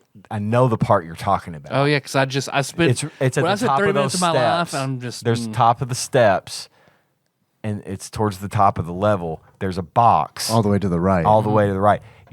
If you push it, it doesn't go far enough. You have to roll into it, and then it pushes that box down another couple of steps to where you can stand on it and then get up to the next. I level. kept punching it. Because you can punch, you can punch it the and boxes it would work too. too. I just did the roll. Yeah. Because that's what the guy in the long play did, I think. Because I was stuck there too. because I was like, I can move it by just walking into it and pushing it, and then once it stopped, I'm like, oh, But it doesn't how go the fuck far do I do enough this? for you to make the jump. You always miss it. Yeah, you have to Yep. push Yeah. it down the stairs. Yeah. Yeah. You have to give it some force. I didn't think about the punch. Well, I'll add that on to a good thing. There's a fucking punch button. There's Where it's just punch. like you just punch. Yeah. You don't have to like shoot or use a whip. You can just punch. I think the guns, and this was something I noted later. I don't know if this was they're necessarily Moonernite bullets that go like 5 miles an hour. Yeah. They were so worthless, the guns. I just used the whip for everything. You could shoot someone like 12 times and they don't go down. I know. You might as well just use the fucking Well, it's whip. fucking ridiculous because it's like it feels like that with. I mean, the whip does more damage, but it's like on that snow level where it's like there's a wolf that you have to hit like 4 fucking times with the whip, and it's like, And come the wolf on, is man. always running past the sniper Yeah, who never stops shooting, and their bullets hurt, yeah. but yours don't. Not much. No, not a lot. And it's like, don't have guns. As If was you're not evidenced. you don't need them if they're not going to be more powerful. Just make it where they have or like limited 3 use. shots. Yeah. And they're just powerful. You Use take out them 3 when enemies. you absolutely need them, Yep. but then it goes away and you go back to the whip. Sure. And that's fine. But these guns were just, there was no point to Yep. me. As is evidenced by that segment in Cairo where you got the dude on the wagon throwing hay off the back. Yeah. And you have to jump over the hay and shoot him until he's dead so then you can get on the wagon.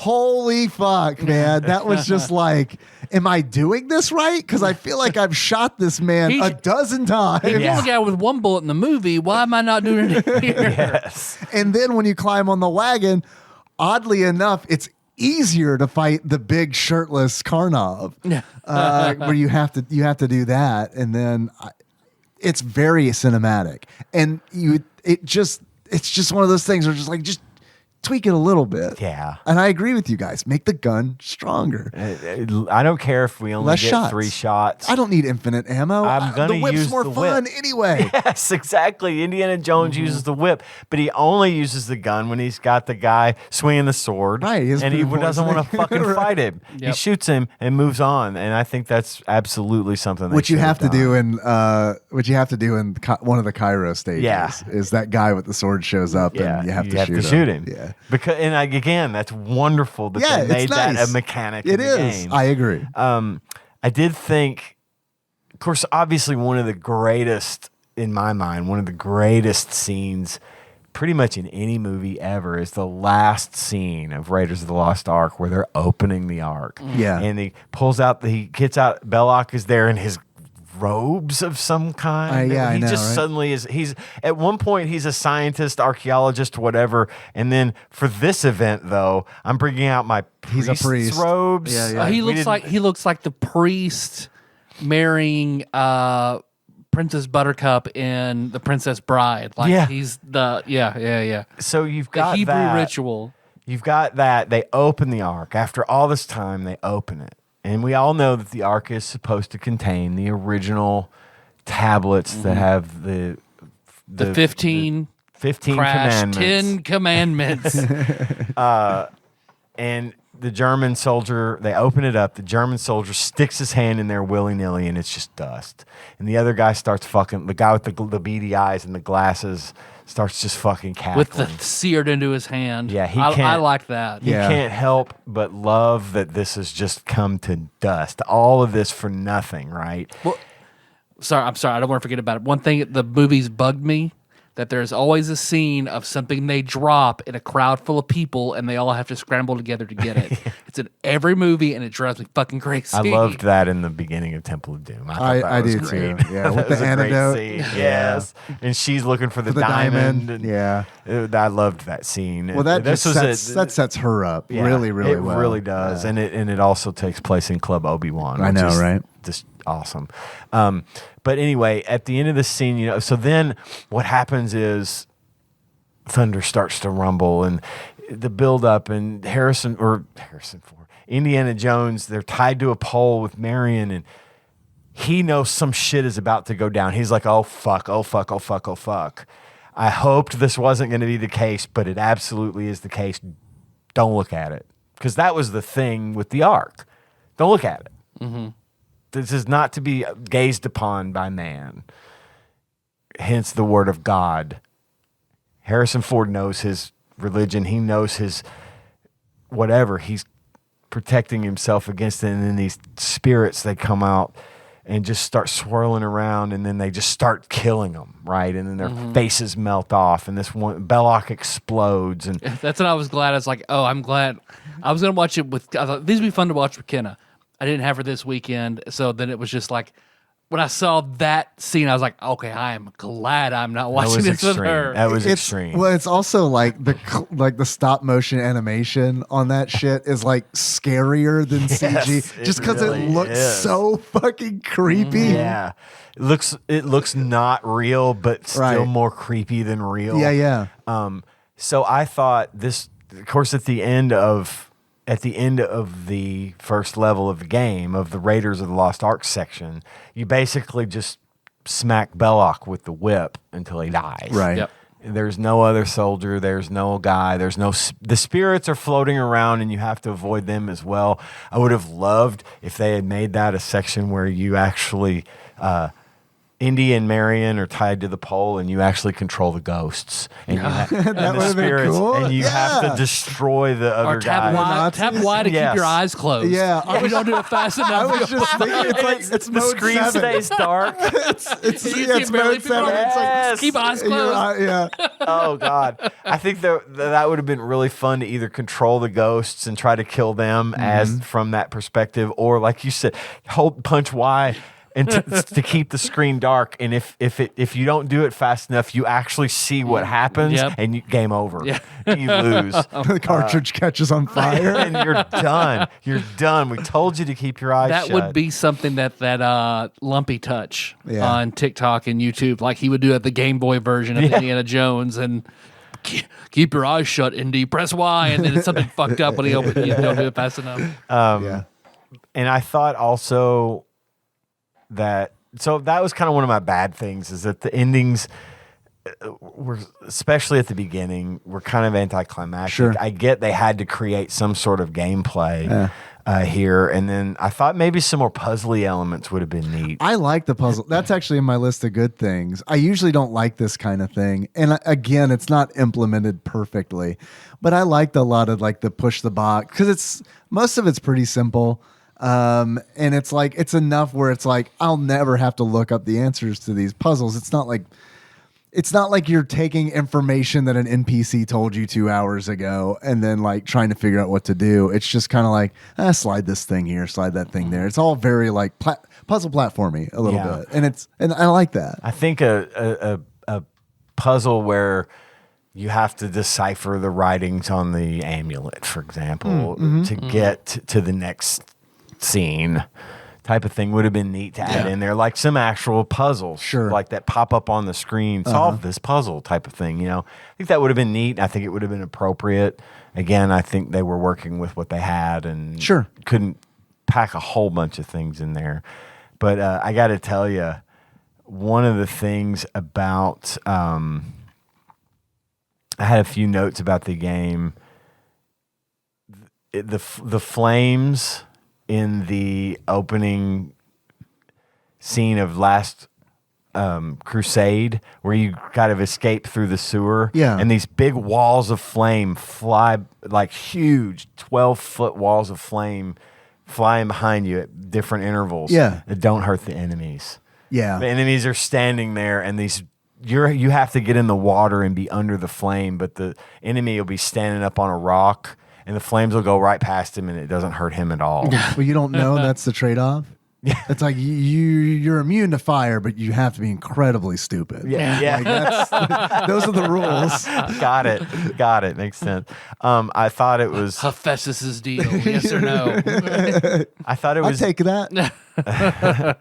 I thought it was cool that the Nazi flags in the castle were X's. There were no swastikas in this game. For obvious reasons, they're not going to do that. But they wanted to sell it. They were clearly Nazi flags, but instead of a swastika, it was just a black X.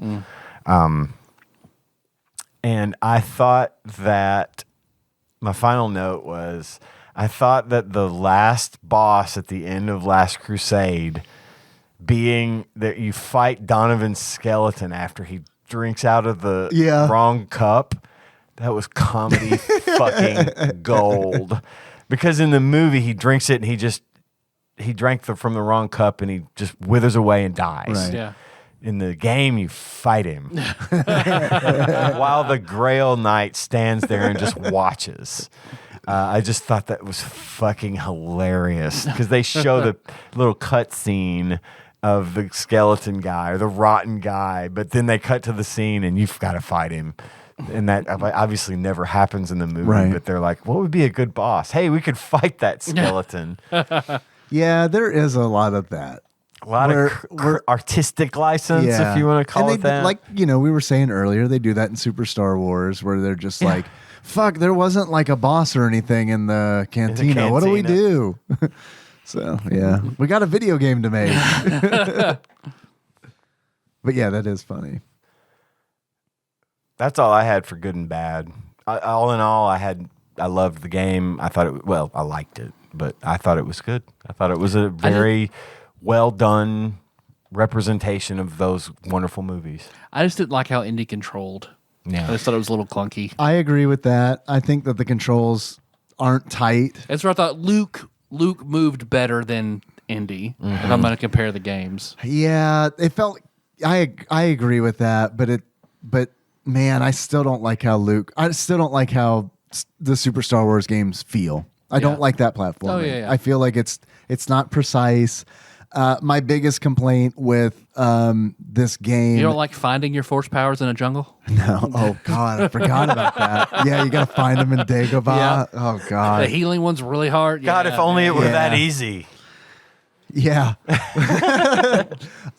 What I think this game really suffers from control wise is like the whip. The whip fucking sucks, guys. It's hard to control. What really sucks is like I've seen it done better in Super Castlevania 4. I've seen the whip done better in Dracula X. I've seen the whip done better in Earthworm Jim 1 and 2. And it's like, good point. This is the 5th best whip game on the Super Nintendo, and it's Indiana Jones, right? Who's literally defined one of his defining characteristics is using. It's just sometimes when I use the whip, it feels like whatever it's hitting isn't hitting it right. Like, it's very finicky how you have to hit with the whip. And I felt like it was hard to aim it. It is hard to aim it. And it's like, it sucks where it's like there are rats scurrying on the ground that can hurt you. And you can't just diagonally throw your whip out to kill it. You have to fucking smash it with a box. And it's like, or roll into it. You can. Oh, I didn't realize you could kill him by rolling kill just into about him. anything, or at least avoid being hurt. I see. Like in the snow level, you pretty much, to avoid the sniper, you just roll through it up the hill I see. and hit him. Oh, because those snowballs beat my ass. Yeah, the rolling is basically you're invulnerable when you're rolling. So you could roll through most of it and get past those Dark Souls obstacles. rules. Gotcha. And since they don't turn around and shoot at you, you could just get past them. Yeah. Yeah, but beside the point. But you should be able to use the fucking whip. You should be. The whip should be like your go-to for everything. I mean, Simon Belmont, you stand still and you can 8 different directions with it. You know? Yeah. Yeah, that should have been a no-brainer. You're absolutely right. So that was kind of disappointing. I talked about the unforgiving checkpointing. I feel like a lot of the checkpointing in the game wasn't really thought out, or it's unnecessarily punishing. And then I wanted to talk to you guys about the difficulty of the game and the main reason being is a lot of the reviews that I saw from back in the day, it's very weird where it's like a lot of them will say, this is a good game. We like this game, but it's way too easy. And then on the other hand, I saw a lot of reviews saying that the game was way too difficult, which is weird. It feels like usually for back then. Yeah, usually it's one way or the other. But I mean, this was like there was a clear divide. I didn't feel that way. I felt that it was balanced and difficulty-wise. I generally don't do well on any of these fucking games we play. I just don't. I don't know why. But this one I felt no problem. I didn't think it was too easy, nor did I think it was too hard. I was okay with it. I clearly thought it was hard, so I quit pretty early on. Yeah. But I don't know, you compare it to like platforming and Mario, then yeah, this is too hard.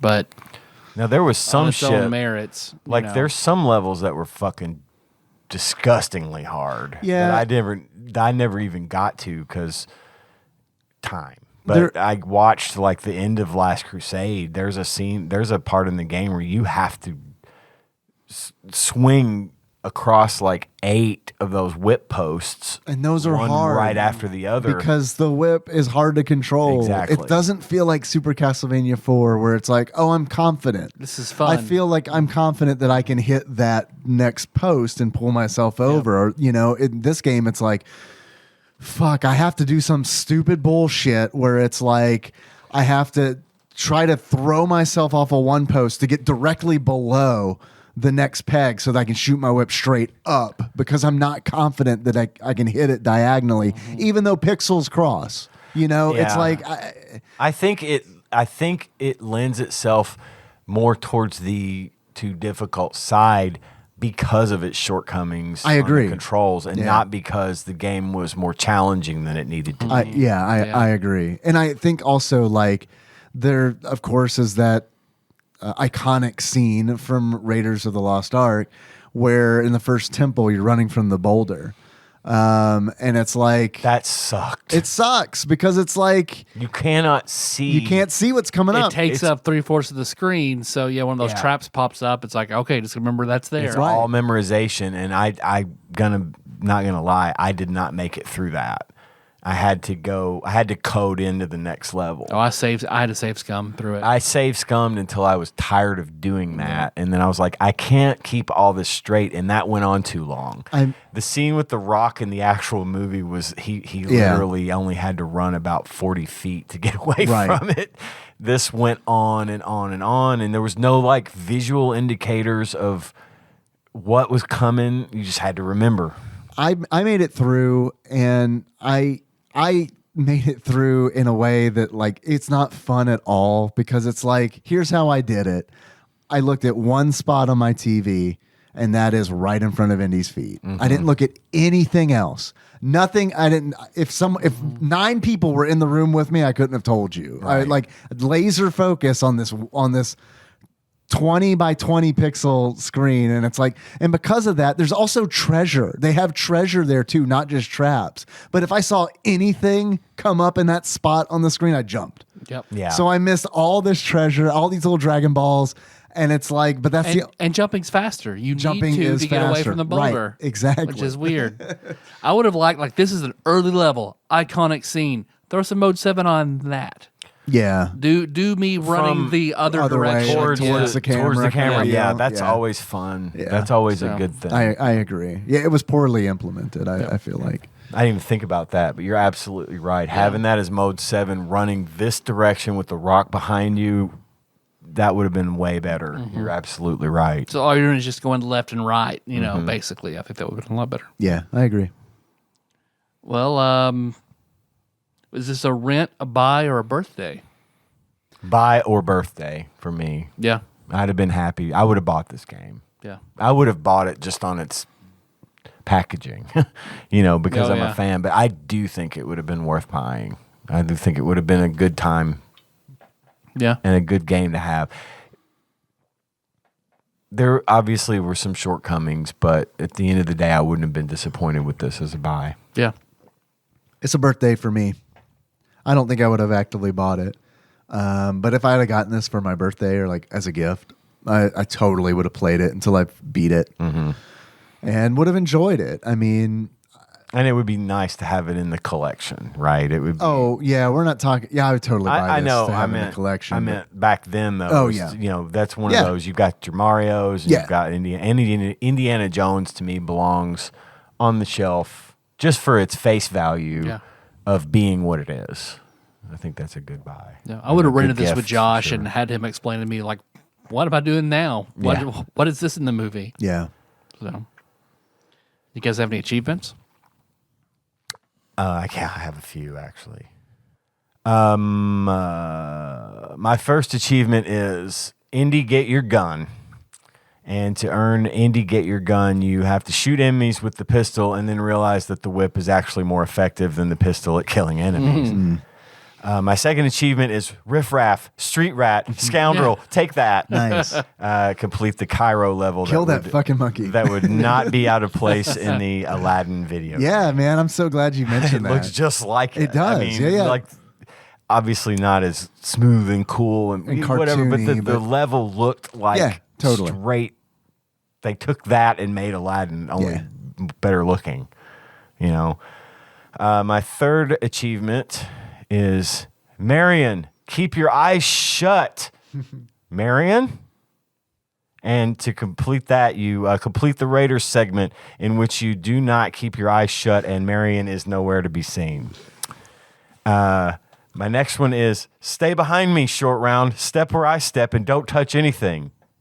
Short Round? And to complete that, complete Temple of Doom in which Short Round nor Willie are present in the end. And my next achievement is 11 o'clock, Dad. Dad? Complete the Last Crusade in which Indy's dad is nowhere to be found. I just thought it was weird that none of the secondary characters made more than a cursory appearance in Yeah. these games or in the cutscenes. His dad shows up every time you die and are asked to continue. Yeah. And he goes, I lost him. Yeah. I love those little cards. I love those little picture cards between the different scenes in the games Yeah. that they pulled from the movies. Yeah. Again, that adds more Yeah.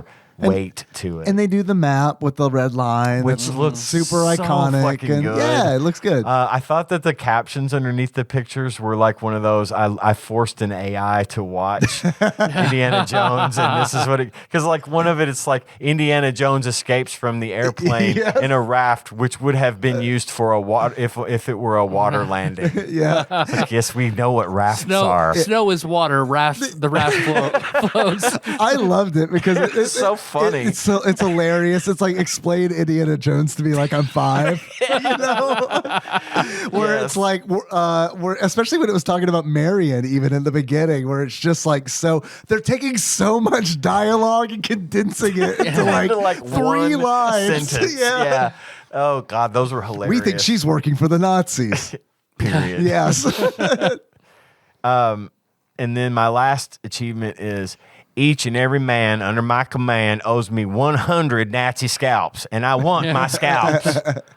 And to earn that achievement, you kill more than 2 Nazis with a grenade in the castle in The Last Crusade. That grenade was a nuke. Yeah. It was a screen clear. It was a thermal detonator. Yeah, it was. Real damage done with that grenade. So, yeah, killed more than 2 of those guys with one of those, and you get that Inglorious Bastards achievement. I love it. I have a couple here. Mola Ram, prepare to meet Kali in hell. In order to unlock Mola Ram, prepare to meet Kali in hell. Finish the rope bridge level. Those are entirely different divine domains, indeed. The bridge where you fight Mola Ram, more holes just keep appearing. I know.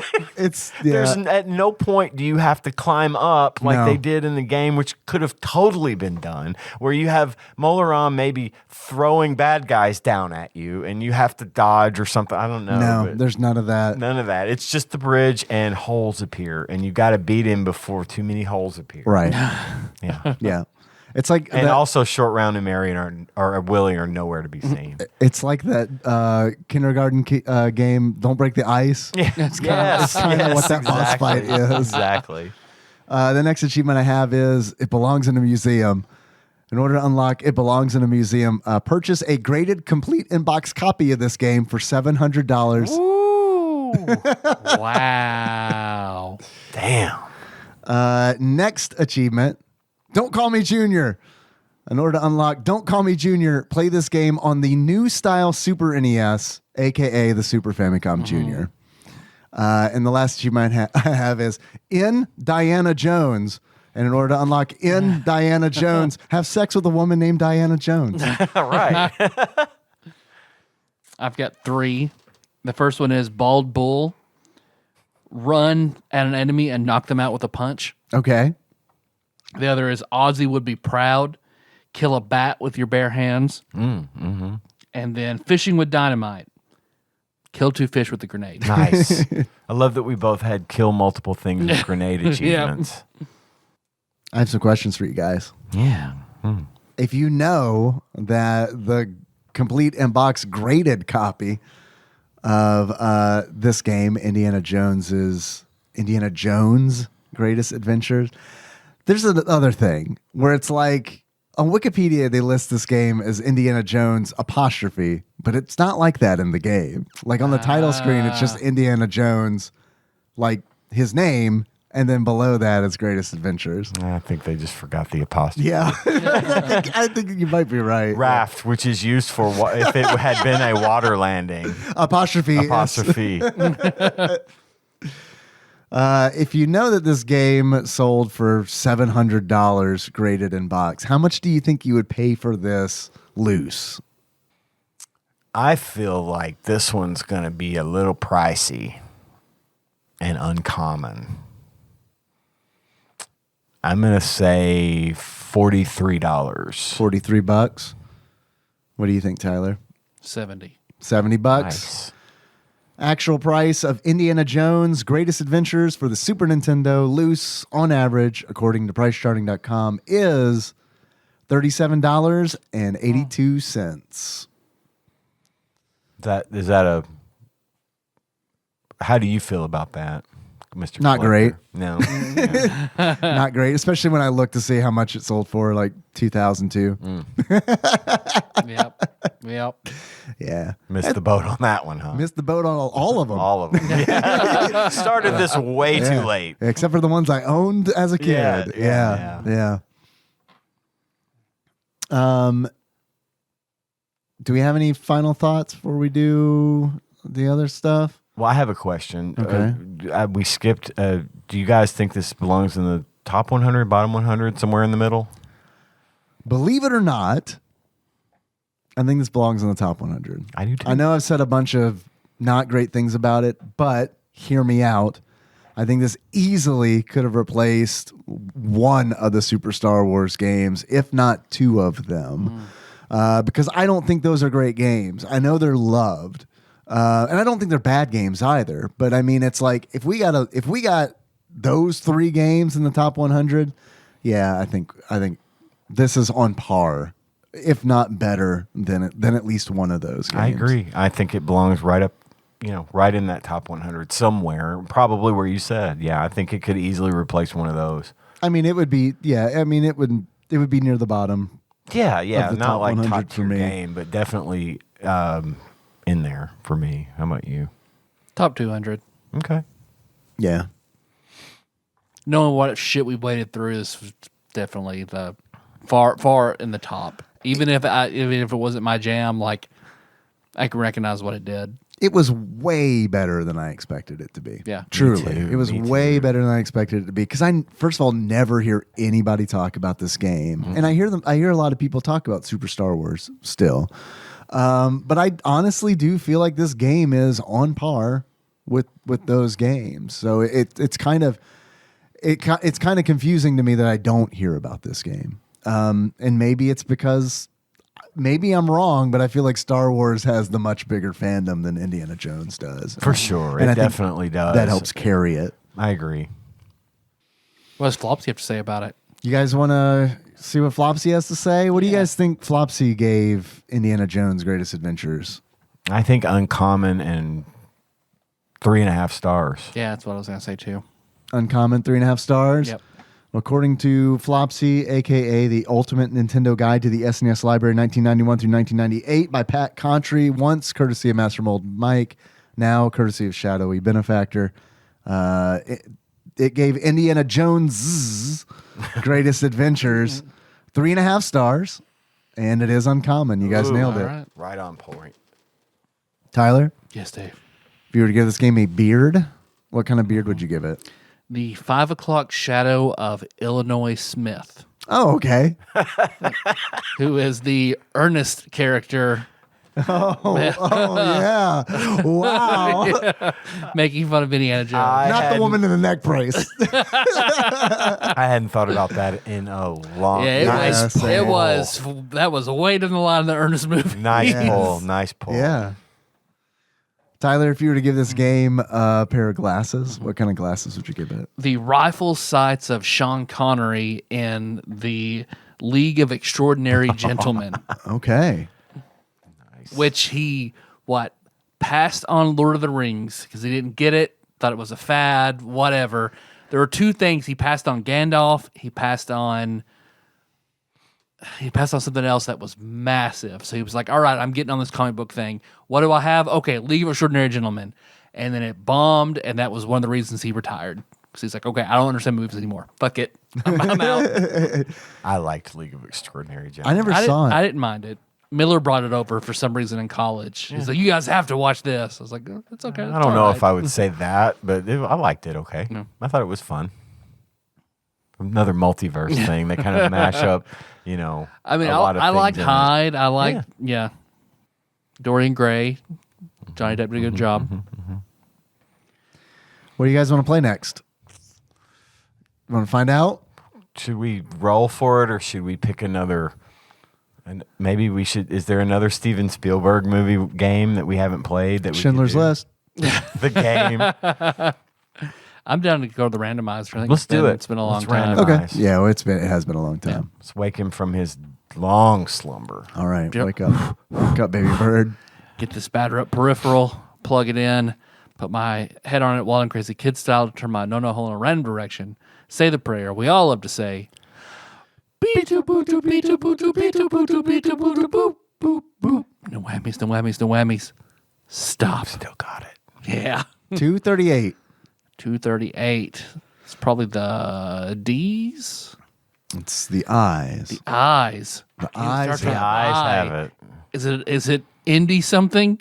It's not. Oh, okay. Indiana Jones. Like indie racing's some Greatest shit. Adventures. It is the incredible Crash. Crash Test Dummies. Yeah. Oh shit. Yeah, All right. it is. Yeah. That's what it is. Okay. That sounds good. I've watched the videos over Crash Test Dummies. I'm ready for this. Cool. Good. I like this choice. Thank you, randomizer. Thank you, randomizer. I guess we'll find out. We'll see. Oh yeah, we're not. There's Maybe. no way this game There's is good. there's an AVGN over it. So. Oh, is there really? Yeah. Okay. Perfect. All right. Well, we'll take a little break before we hit Community Corner. Do we want to do Community Corner? It is Do we pretty have late. anything It's pretty for late. I Community don't. Corner? I messaged Dane. We didn't get the quiz. We'll probably have that later. I have some calls pulled, but I can save those for next episode. We did a lot of it's talking. 10:30. It's Yeah, 10:30. we're done. It's your anniversary. Yeah. Thanks for listening, everybody. Incredible test. The dummies. Whatever. Well, let's Crash talk- test dummies. Crash Test Dummies. Oh. That's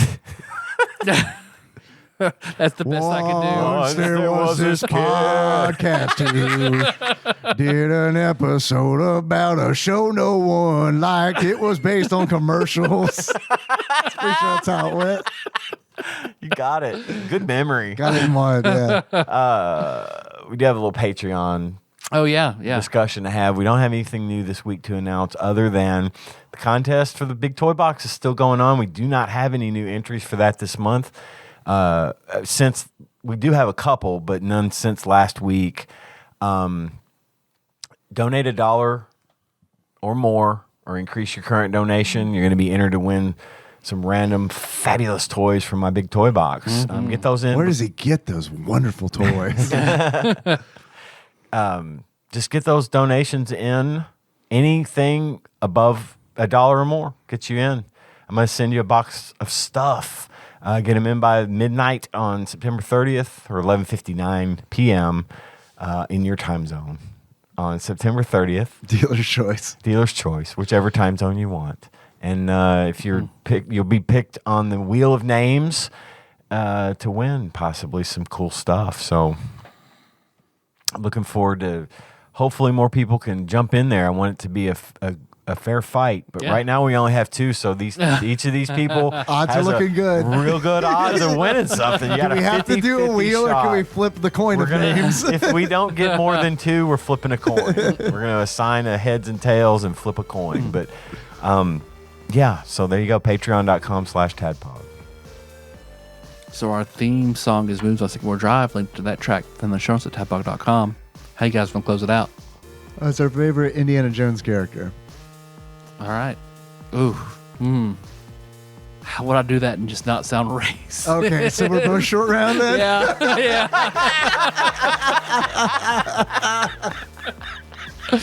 All right, well, you and I will just do it in a regular voice, Okay. and we'll guess what Ian is, Okay, perfect. who is hopefully short round and does the short round voice. So until next time, Tropical Capricorn. Dr. Jones. You call him Dr. Jones, lady. No Time for Love should have been have sex with a woman while playing Indiana Jones. Oh. Not in Diana Jones.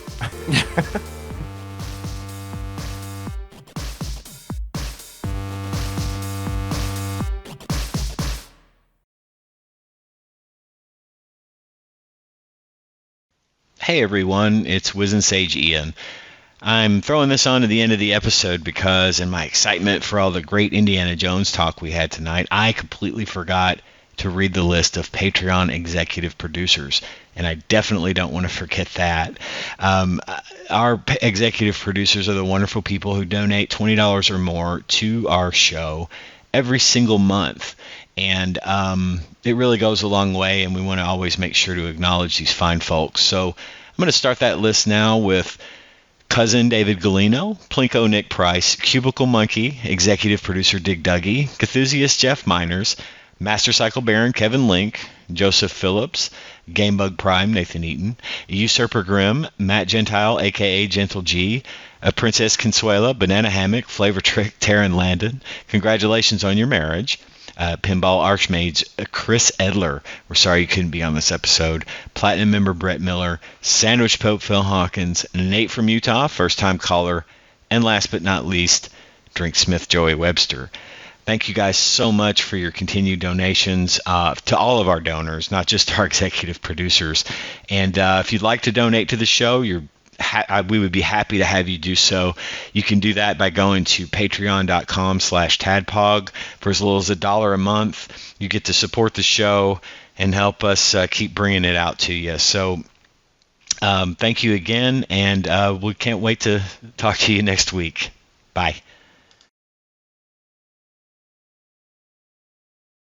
Hey, so I touched on it lightly, but hey, best 6 years of my life, anniversary of today. She may not listen, probably won't, especially at the end of the singer, but hey, happy anniversary. Best 6 years of my life. Happy anniversary. Happy anniversary.